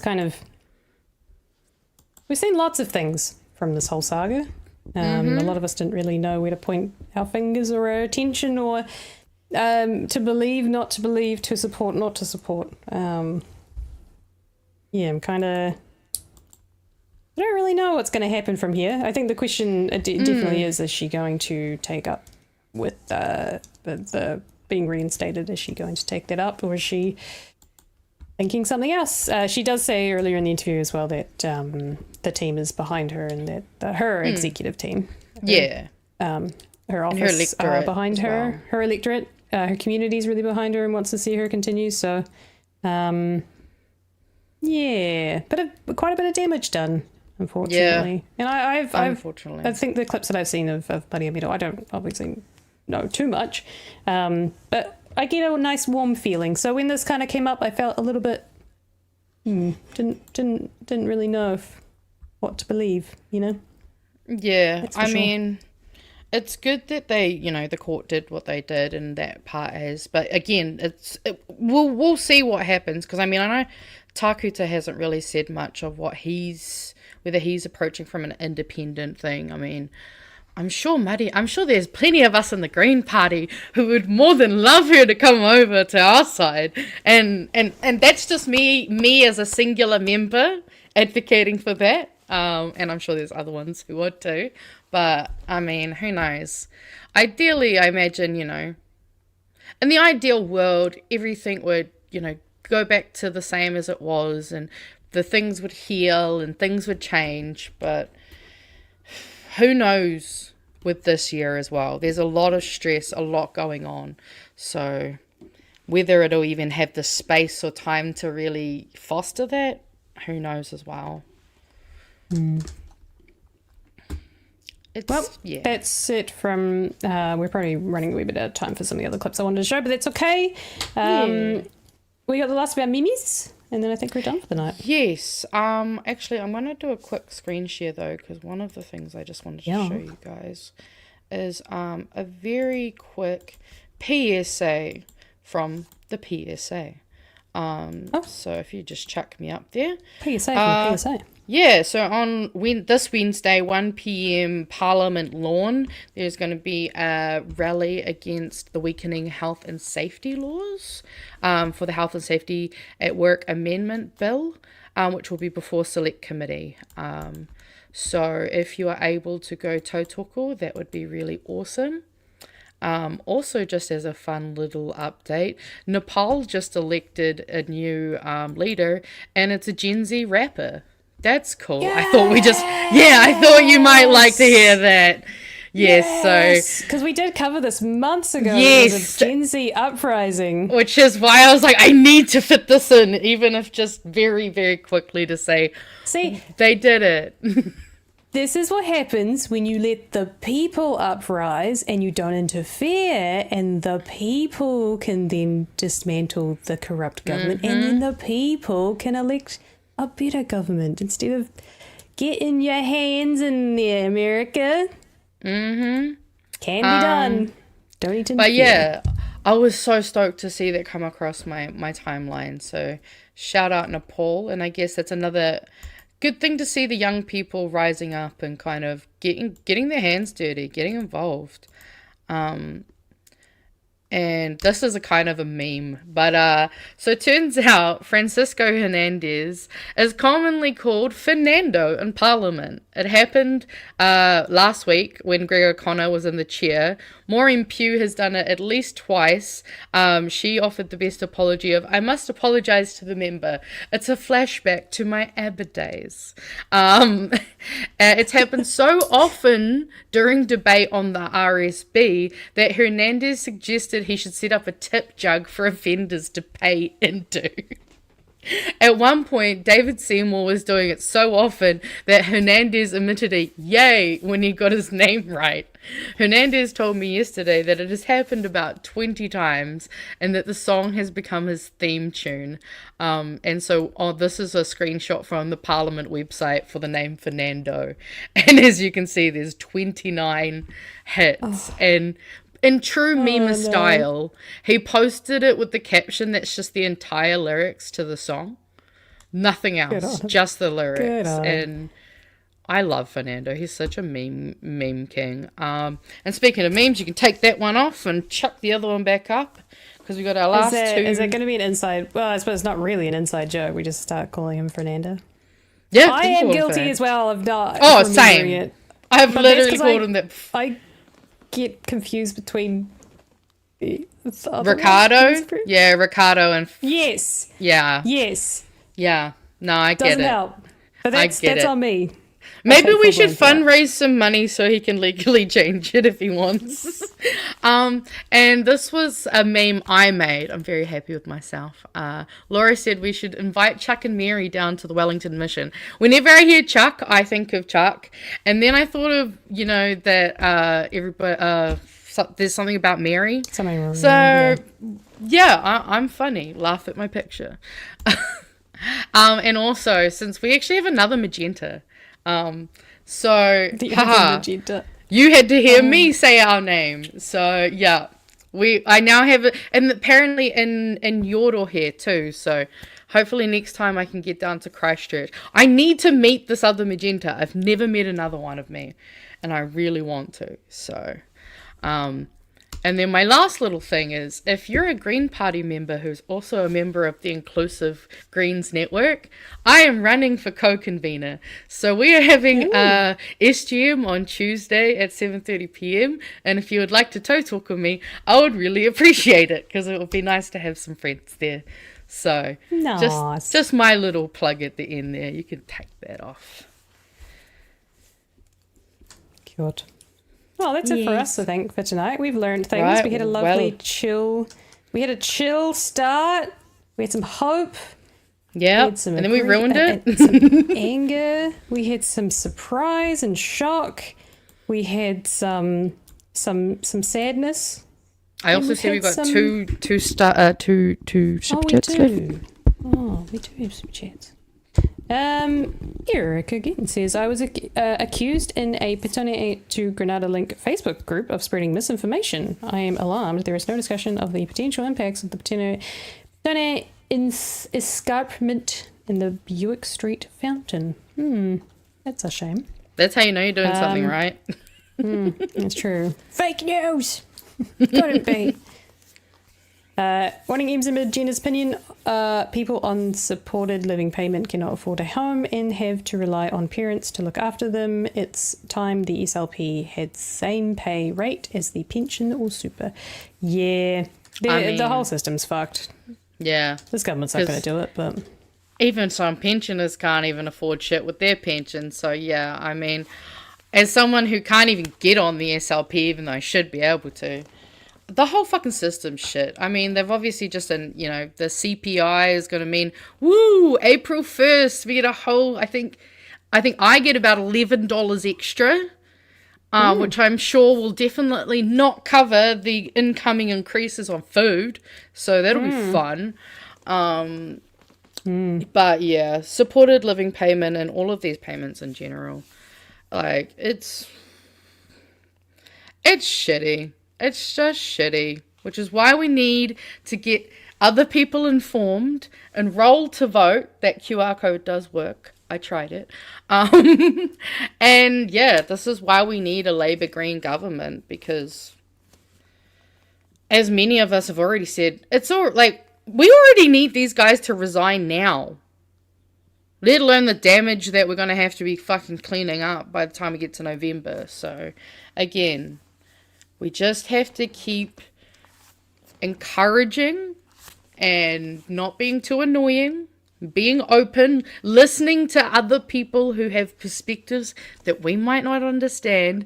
Because again, we have to find just whatever we all kind of can agree on. If you're like, hey, do you hate how expensive your food is? Politics. Hey, do you hate how hard it is to get your kids enrolled in a school based on where you live?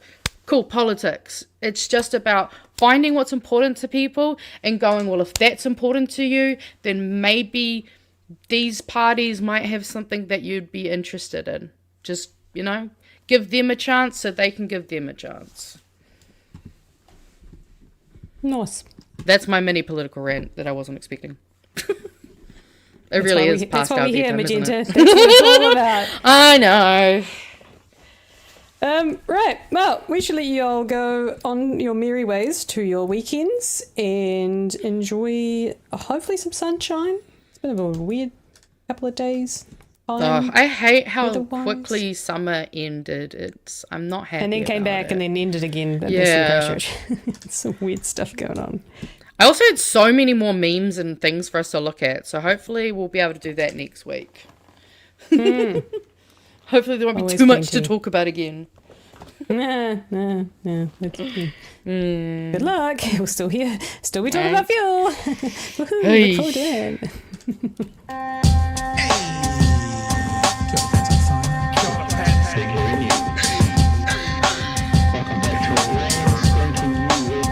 Help us settle a debate, whether it be thoughtful or funny, even if we're all creatures of hate. It's a fine line that we're walking together. For better, push aside the temptation to berate. Let's take a note.